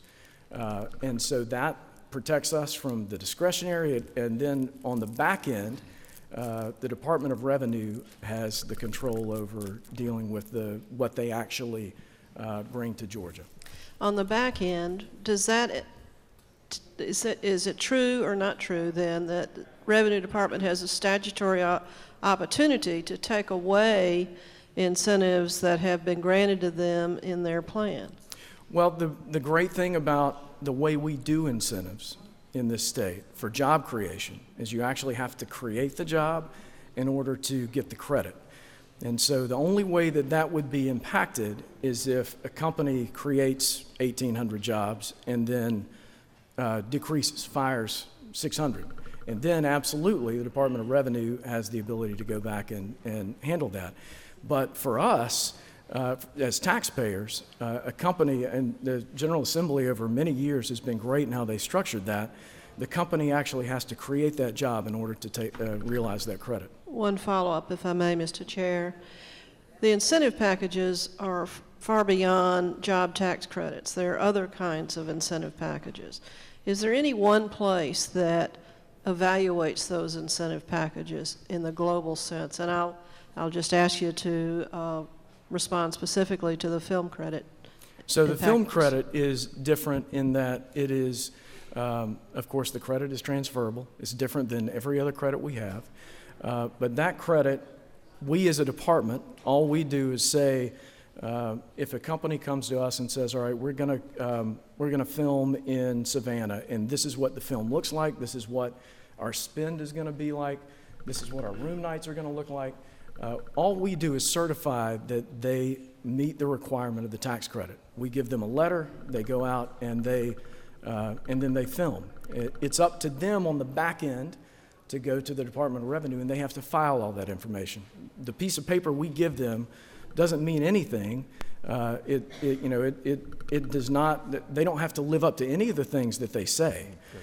It just says that, of course, what they are telling us is real, and so they then have to go to. Then it's the Department of Revenue that has to follow through and make sure that they actually spend it, that this is the credit that they deserved. And so that is the film tax credit is different than a jobs tax credit, which if a company is coming to Georgia, again, they have to actually create those jobs in order to get the credit. Now, discretionary is different. It is a very small amount of what would be in any incentive package. And that is, they have to live up to the jobs and the investment that they say they're going to bring, or we claw it back. And so they have 5 years to live up to that. And the Department of Community Affairs monitors that on the back end, and they do a great job. And so we stay in contact with them on a regular basis to make sure that the discretionary money that we put into projects, again, which is a small percentage of projects that come to Georgia, that they actually live up to what they are going to say what they say they're going to do. And that's we have an MOU and a P&A on all of that to cover the state's taxpayers. Commissioner, we're out of time. Appreciate very much you being here this morning. Ladies and gentlemen, if you've got questions, additional questions, please stop the commissioner as he leaves and get your questions answered. Appreciate you being here. Thank you very much. Chairman, thank you. Appreciate your time. Our next speaker is Commissioner Gary Black, the Department of Agriculture. Ladies and gentlemen, if you're leaving the room, please leave quietly.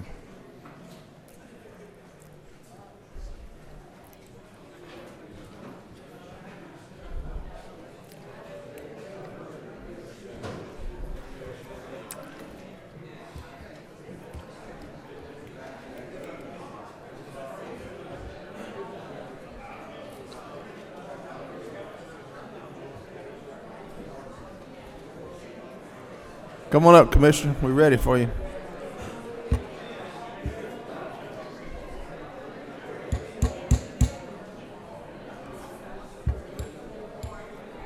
Hey, Gary. Good morning, sir.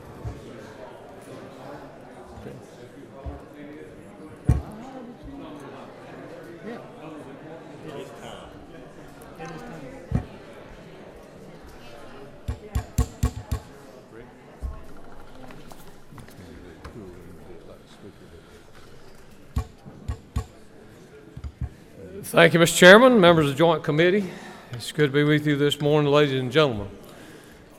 Before I begin a review of the budget, please afford me the opportunity to offer a Hurricane Michael recovery report. 14 months ago, you answered the call of leadership by providing unparalleled support to Georgia's farm families impacted by Hurricane Michael. I'm very grateful for the cooperation and support of the Georgia Forestry Commission and my good friend and your former colleague, Chuck Williams. Chuck and his team provided magnificent expertise throughout the implementation of the Forest Timber Cleanup Program. Thus far, we have funded 478 landowner projects at a cost of $7.3 million. You entrusted the leadership of this program and the Safety 21 Bridge Loan Program to the board members and staff of the Georgia Development Authority. Thomas Carter and his team of professionals, with guidance and wisdom from a very skilled board of directors, implemented this program within 90 days of passage. By May, we had funded 276 loans totaling $74.8 million for an average of $280,000 per producer loan. Ladies and gentlemen, many of the farm families in this state would not have farmed in 2019 without your help.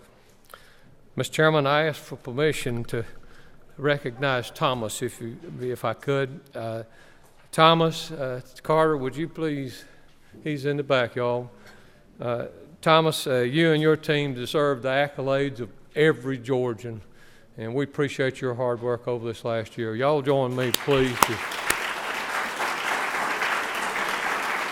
It's a great honor to work with this board, and the Development Authority has been attached to the department since its inception, and actually it goes back to really to the 30s as our Rural Rehabilitation Corporation. So it's been a long and important history, but we've still got a lot of work to do. And so Thomas, thanks for joining us today. We're very close to implementing the long overdue state block grant program, authorized by Congress and signed into law by President Trump on June 6, 2019. Georgia is slated to receive $347 million of the original $800 million appropriated for state recovery block grants. Before the Christmas recess, Congress set aside an additional $400 million in a second tranche of funding. Georgia's portion of this second tranche is still yet to be determined. I assembled a experienced work group in June to develop Georgia's state plan. We submitted our plan to USDA on June 28th, the only state to do so on time. Throughout the summer and fall, we worked to design formulas and strategies that we believe to best serve the needs of our producer families. It has been a long ordeal.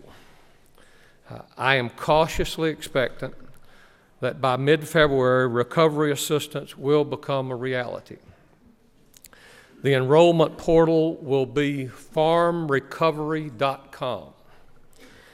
Our Georgia Department of Agriculture team will be administering the program specifically for pecan, fruit and vegetable, poultry, beef, dairy, timber, and uninsured infrastructure losses caused by Hurricane Michael.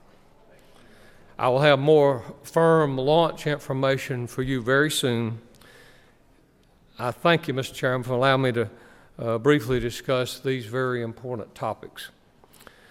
Mr. Chairman, the budget for the Georgia Department of Agriculture and attached agencies may be found in the governor's budget proposal, his report, starting on page 89. The Georgia Department of Agriculture complied with the August budget and strategic planning directives. I admit to confusion, for I've never viewed across-the-board cuts as a method of implementing strategic planning. It is important to note that every action of this department has been governed by a strategic plan that was developed and is a living, breathing document. It's 9 years old.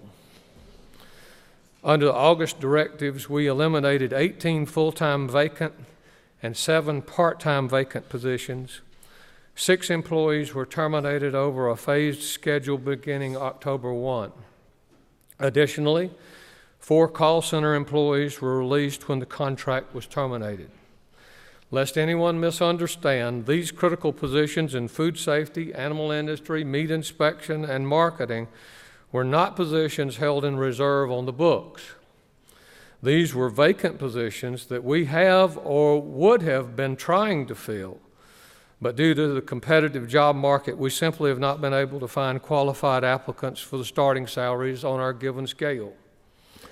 Additionally, we cut $161,000 of program support for the Georgia Grown program.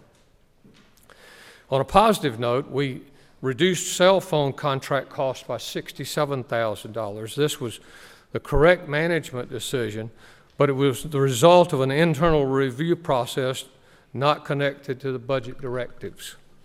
Beyond the strategic management decisions submitted, the budget recommendations you see before you include an additional $300,000 in cuts. The $500,000 addition for vehicles was not requested in our September submittal. We believe the projected budget savings for fiscal year 21 is overstated, and we can provide greater analysis perhaps during subcommittee hearings. Mr. Chairman, legendary coach Vince Lombardi was always known for challenging his players to pursue perfection in the execution of the fundamentals of football. He would remind them that perfection was rarely attained. However, his players knew that if they pursued perfection, the odds of achieving excellence were greatly enhanced. The 525 employees of the Georgia Department of Agriculture are committed to these principles. These are principles we talk about every day. Now, we all know there's never been a perfect bill. I've been around a long time. I've never seen a perfect bill. I've never seen a perfect budget either. None of us have. Yet the challenges this budget presents are as follows. Over the next 18 months, there will be fewer food safety inspections. There'll be fewer animal industry inspections. The span between fuel pump and scale inspections will grow, and the growing demand for meat inspection will have to be shifted to our federal partners. I join many of you in wanting to see Georgia establish a nation-leading presence in the production of industrial hemp. According to USDA, our hemp program will soon be approved if I'm able to, quote, certify authorization of appropriations. If I am able to certify, quote, authorization of appropriations, end quote. And we have to do that to fulfill our state regulatory responsibilities. I cannot certify to something I do not have.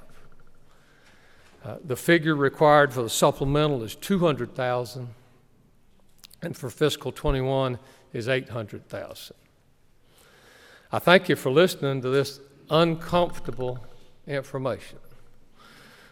It is of no personal comfort to me that I share it with you, but it is truthful and it is accurate. My hope is in the coming weeks we can work together to secure some acceptable solutions. I look forward to your discussions today and to your questions later in subcommittee as well. Thank you, Mr. Chairman.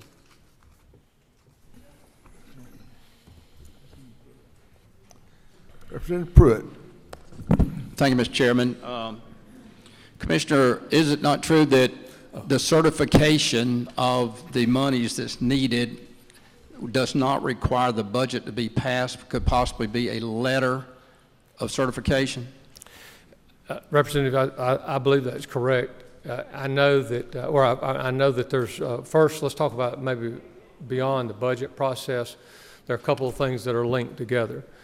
My understanding that Chairman Corbett's got a bill to be introduced pretty quickly, and Chairman McCall to kind of enhance what we passed last year to kind of get it more square with the federal regulations. But in tandem with that, there has to be some budget acknowledgement if we're going to have a state regulatory program. There are several options that could be there. We could focus on growers. There may be a chance that growers could go under the federal program to start, and then we could change that in coming year. I can tell you this, for processors are not involved in the actual federal plan. The plan focuses on growers. And so we're going to advance very quickly. The rulemaking's already underway for processors. And we believe post-February there will be a processor's license available for those businesses. We need to provide that. What we need to do is provide certainty to these. That's what the industry is looking for. And we'll be able to do that for processors here pretty quickly. The grower thing has to go along with our regulatory responsibility and along with compliance with federal regs. Mr. Chairman, just quickly, I just want to say thank you for your support and your help, but the urgency of being able to put plants in the ground this spring is important to the farmer. Thanks, Representative. Appreciate it. And it may be one of this asterisks here too. I know Chairman Watson's here. Many of you may not know. One thing we're really, really good at. It's gotten very well, much better over the last 20 to 30 years. Is our growing fruit and vegetable industry. Well, with that is a very strong presence of the plant production industry. So we have many producers that are world-renowned. Talking about with the production of fruit and vegetable plants, and they're down in the Chairman's district. They need some certainty right now because they actually have external requests from other states to be able to take the clones and to replicate those plants so that they'll be ready for production in 2020. That's why quick action on the bill is important, because that's one of the things we've got to clean up to allow interstate commerce to take place. And so, and I know they're right on the edge. They too, Chairman, could also kind of go with a letter, as long as we help provide them some certainty, and we surely look forward to working with y'all on that. Representative Al Williams. Thank you, Mr. Chairman. Thank you, Commissioner. Yes, sir. Thank you most of all for your candor. And we know as a constitutional officer you have a little more wiggle room, because I very honestly, it's always amazed me how folk come up and paint this rosy picture of cuts, but you were dead on it, and it kind of makes me think when I was a little boy, when Grandma said I had to take castor oil, I was supposed to run around and say, "Sure is good, Grandma." Thank you for being honest. Yes, sir. Representative Carolyn Hughley. Thank you, Mr. Chairman. Thank you, Mr. Commissioner, for your presentation.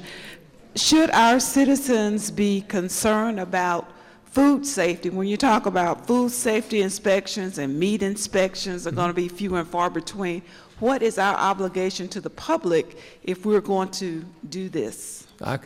You have my word that the team that we have on the ground will do its job every day and will lead this nation. Matter of fact, I think I may have shared with y'all last year, we're not too far post this recognition for me to share it again.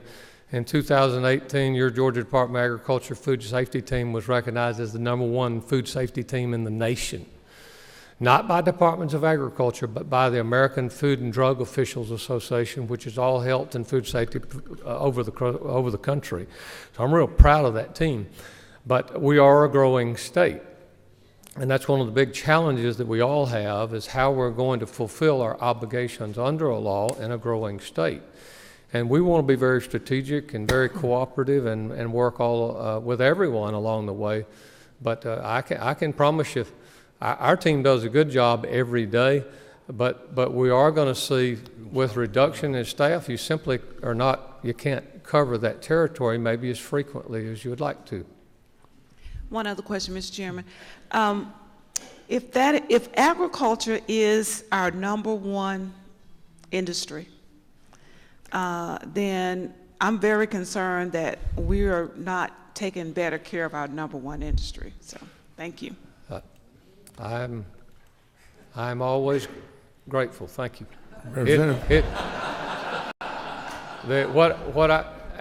And I realize the posture of the question, but if you allow me the good nature of this, it's not if. There's no if to it.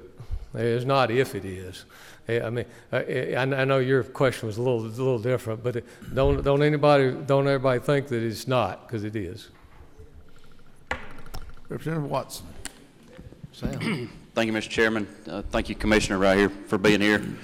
I guess I just want to first say thank you. I know you thanked Thomas earlier, but, you know, I live and work in a district with farmers every day, and I can't tell you how many times I've been told if it were not for the Safety 21 program, I would not be farming today. And it's the expedited activity of this body that helped get that forward and get that done. But there's also many that also say, I didn't make the cut, and they're in serious trouble. Our, commodity input costs continue to go up. We've had trade wars and battles, and we're being impacted by trade. Agriculture is in trouble, and it looks like it's in trouble here under the Gold Dome as well. But I do want to thank you for all your hard work that you've done on that program. We've talked continuously on the block grant, and I hope that continues to finish that deal so that folks can get some much needed money.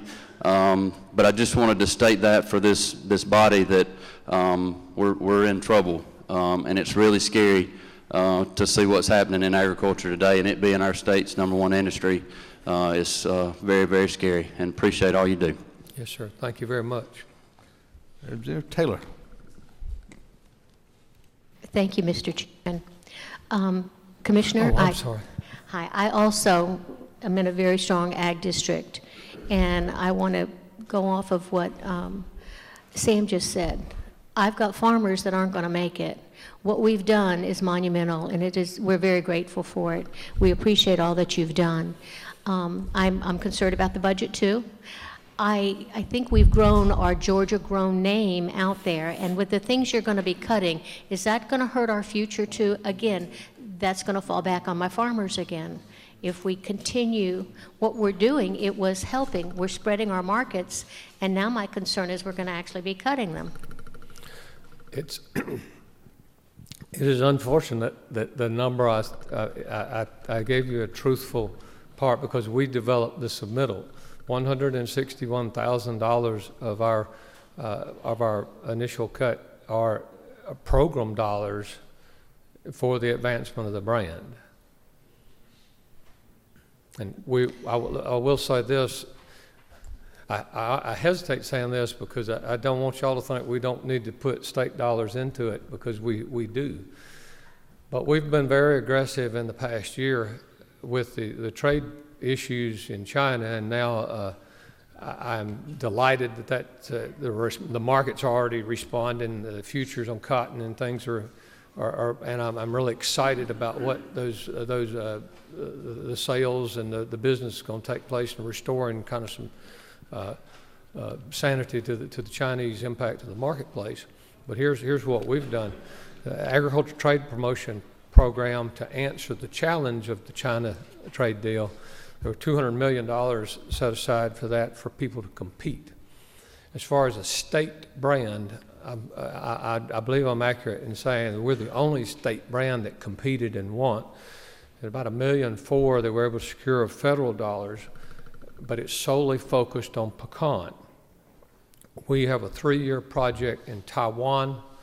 We will be trying to build a new Asian base in Taiwan, which actually gives you some pretty good avenues into second and third tier cities into China anyway. But to build a new base for pecan, and then when we can do that, with other commodities will flow. Success breeds success. It'll flow every time. But we took 5 growers with those resources to Taiwan in September. Then we welcomed 10 of their buyers back here a month later, and 6 containers of in-shell Georgia-grown pecans were on the shelves in Taipei this Christmas season with our brand. But for us going, it would have never happened. And so we've got to continue to go. Chef Holly, who many of you know, our Georgia-grown chef, she'll be with Paul Thompson back in Taipei here in about 6 weeks. We're going to be at the Taipei Bakery Show, which is a huge deal in that part of Asia. And we'll be showing people how to use them. And so we've got to continue to go, but we're going to try to leverage, I want you to know we're leveraging as many federal resources as possible, but I do believe it's important for our state to invest as well. Thank you. Last question. Representative Gilliard. Commissioner, Happy New Year. Hey, yes, sir. You know, Johnny Mercer once said, accentuate the positive, eliminate the negative, Absolutely. and don't mess with Mr. In Between. I think you have done a tremendous job, and all those that have sponsored the legislation on Georgia's hemp industry. Mm-hmm. There have been farmers that have called and reached out since the inception. As a participant in the hemp cream and the hemp oil and the hemp oatmeal, hemp has a great possibility in Georgia, and I would hope that the certifications, the monies that it would take would not prohibit us from moving Georgia forward and having a very viable hemp industry. Thank you for your service. Thank you, Representative. Thanks, sir. Had 2 or 3 more questions, but I'm going to cut it off there so we can have one more speaker before lunch. If you didn't get your question answered, please catch the commissioner as he leaves, and I'm sure he'll be glad to stay and answer your questions for you. Commissioner, thank you very much for Thanks, coming. sir. Appreciate it. Sure. Commissioner Mark Butler, Labor.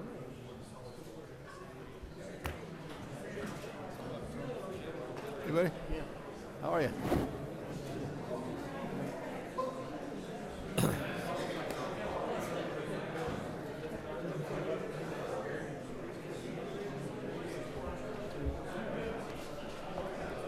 How you doing?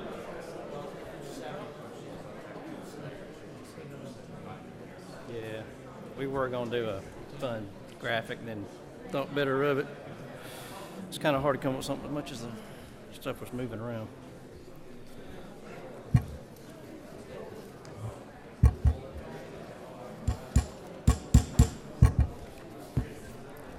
Please give the commissioner attention. We're gathering up for lunch here. Commissioner, welcome. We're glad to have you today. Thank you, Mr. Chairman. Thank you, members of the committee. I can remember, it feels like it was a million years ago when I was sitting out there in those same seats listening to the person that used to stand up here doing exactly what I'm doing now. Of course, it was different times back then. We were in a pretty scary recession. A lot of Georgians were needing work.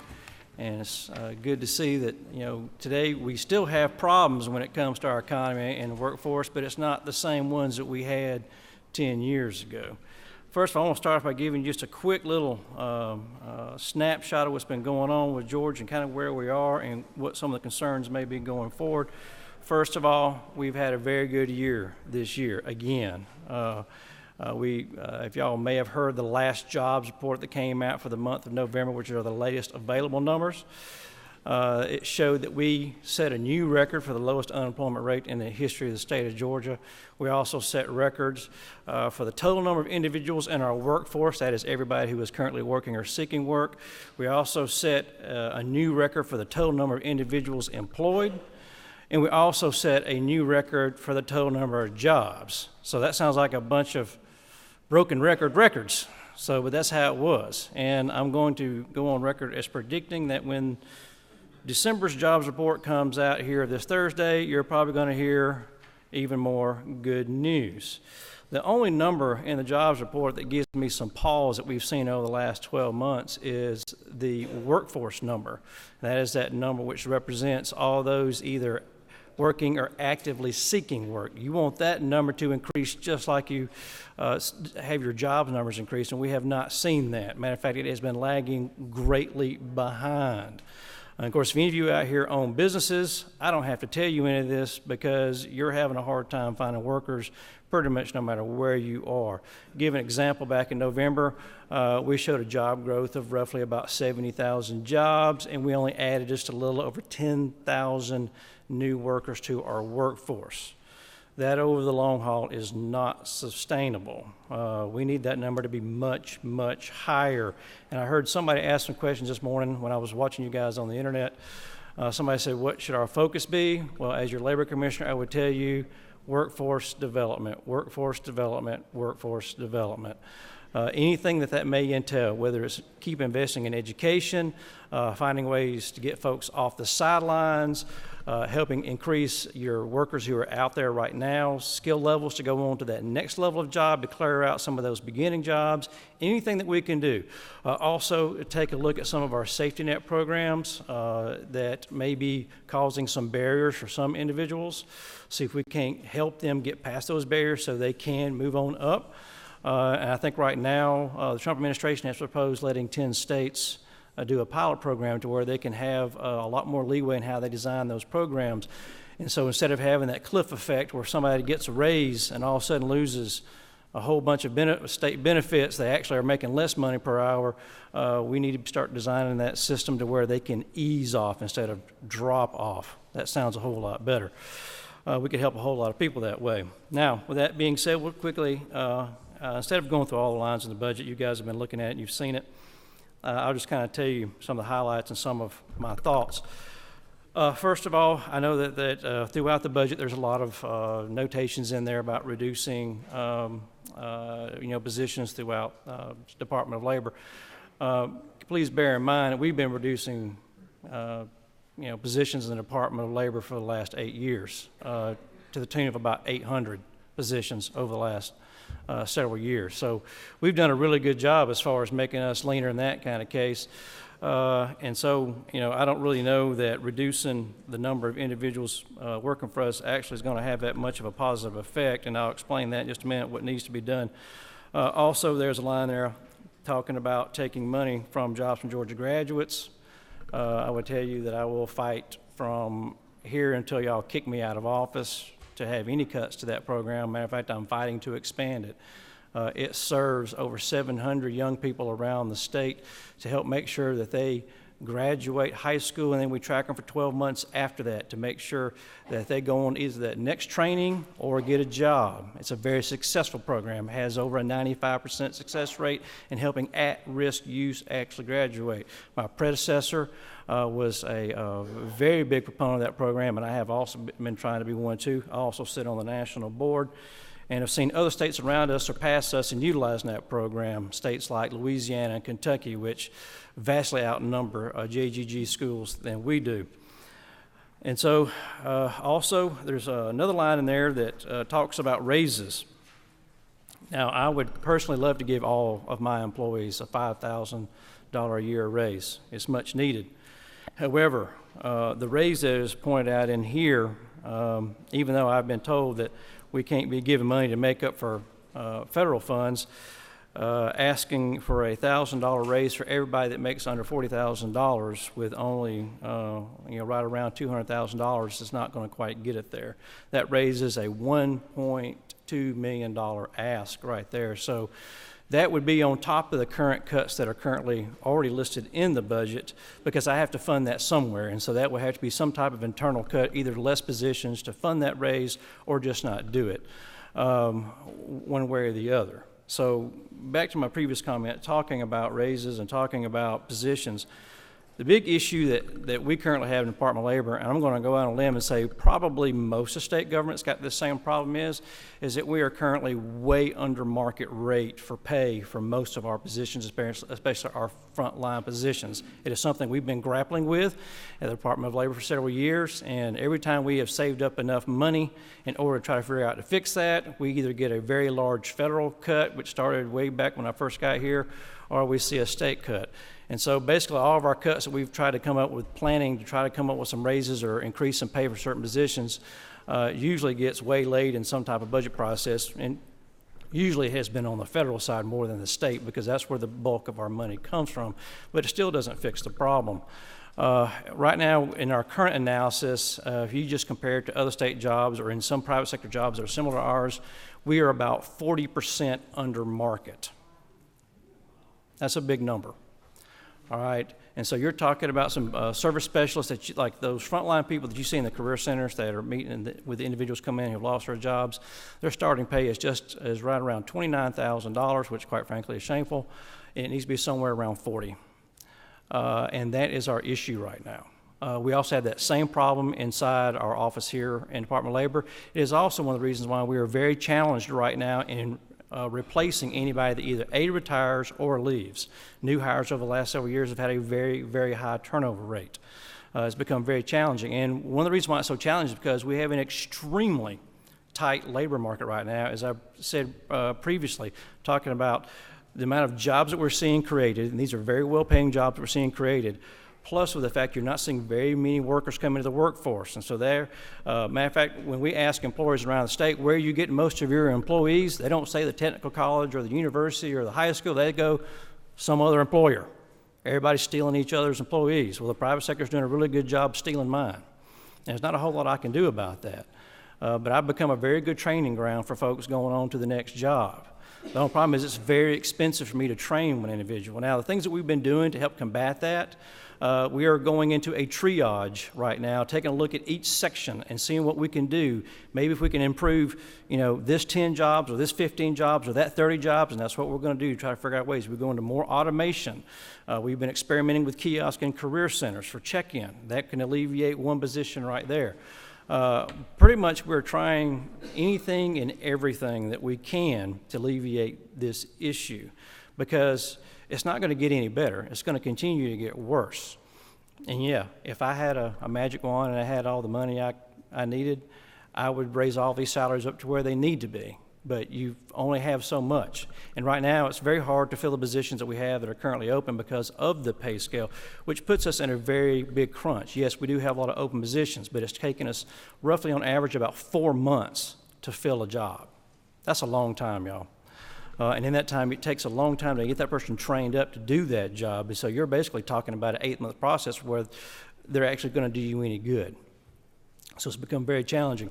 So much so that in order to get past some of these issues, we've had to offer overtime in several parts of the Department of Labor in order to get the work done so we can meet the targets and the times that we have to hit as mandated by the federal government. Matter of fact, I think it was the very end of last year, we had over 100 employees in our main office right here in Atlanta that we actually put on overtime in order to make sure that we could get things done in a timely manner. Now, I will tell you from their point of view, they really enjoyed that. Seeing how that their pay is a little bit on the lower end side and having extra money for Christmas was really good for them. And it was the only solution we had at the time. Other things that we're doing right now is we are pushing some jobs that are currently located here in downtown Atlanta out to more rural parts of Georgia. Matter of fact, we are in the very beginning stages of planning on moving our call center operations out of downtown Atlanta into possibly a location in either North Georgia or South Georgia, or split it up and do it one in both. But even in those two areas right now, they are still having issues trying to find people for the jobs that are currently open. So, with that, I turn it back over to you, Mr. Chairman.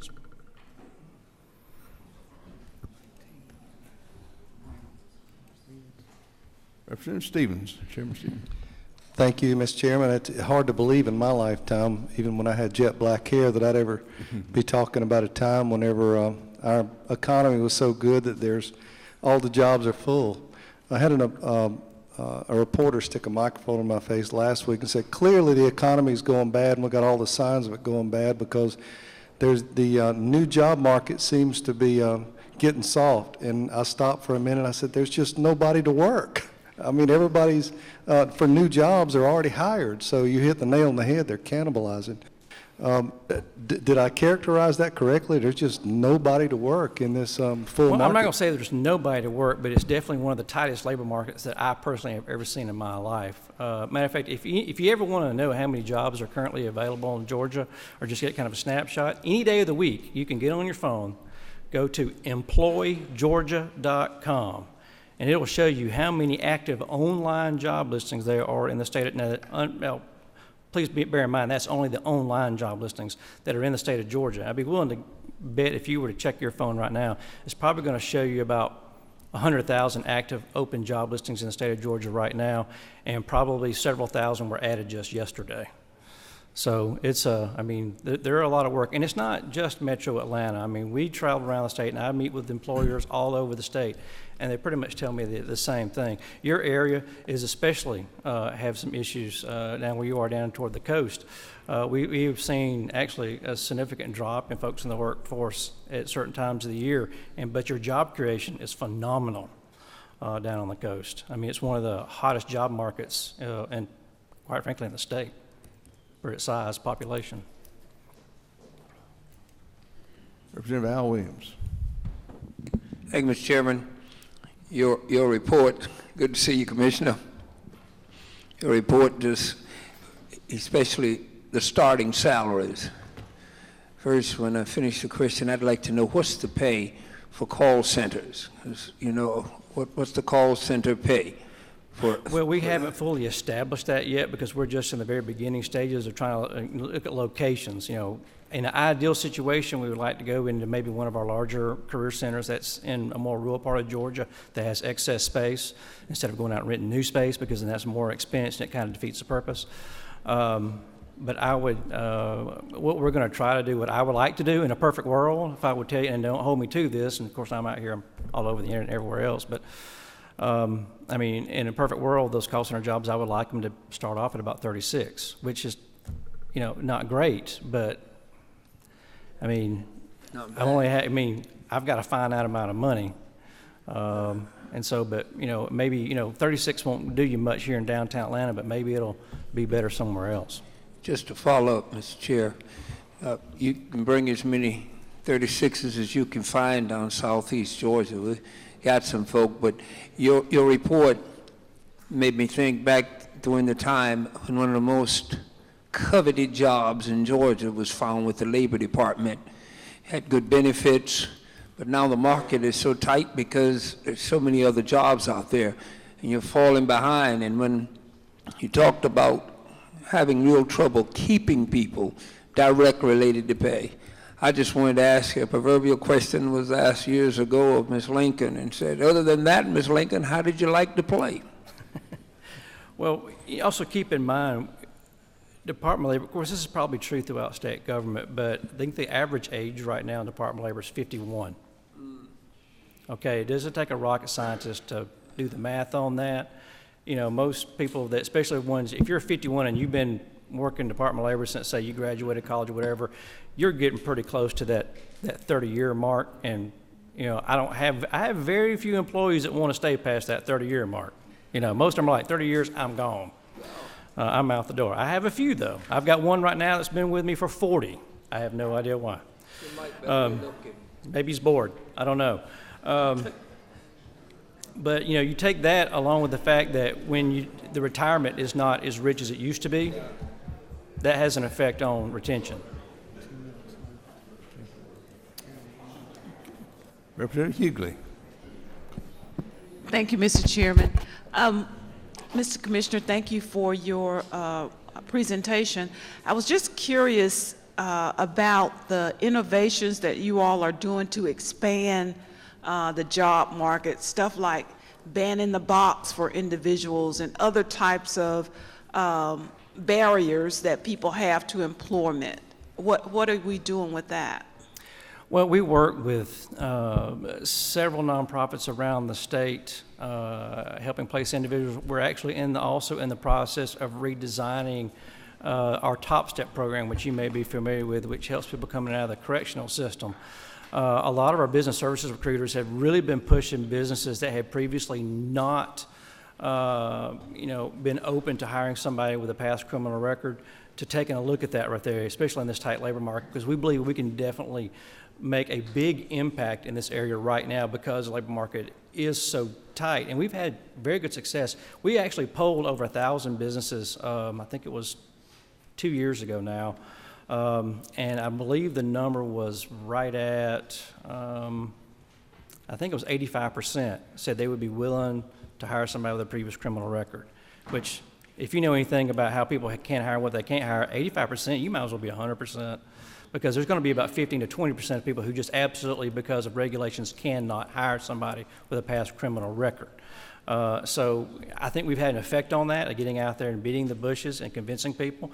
We've also worked with several different halfway houses and placing individuals in jobs where they normally would not have been placed because they would not even interview somebody.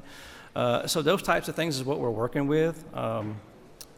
We also work with a lot of national organizations to take a look at some of the barriers that we have to employment, whether it's, you know, certain things where somebody, if they get that 50-cent raise, all of a sudden they lose $2.50 worth of benefits, come up with ways where we can get around that and get some type of exception to that, because we want that person to achieve and move on.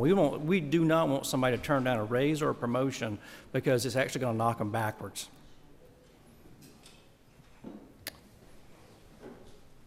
Representative Pruitt.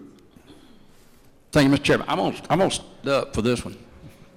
First off, thank you for the job you do, but I want you to know in my district, right there in Middle Georgia, our household income, which is usually two people, is $28,000 per household.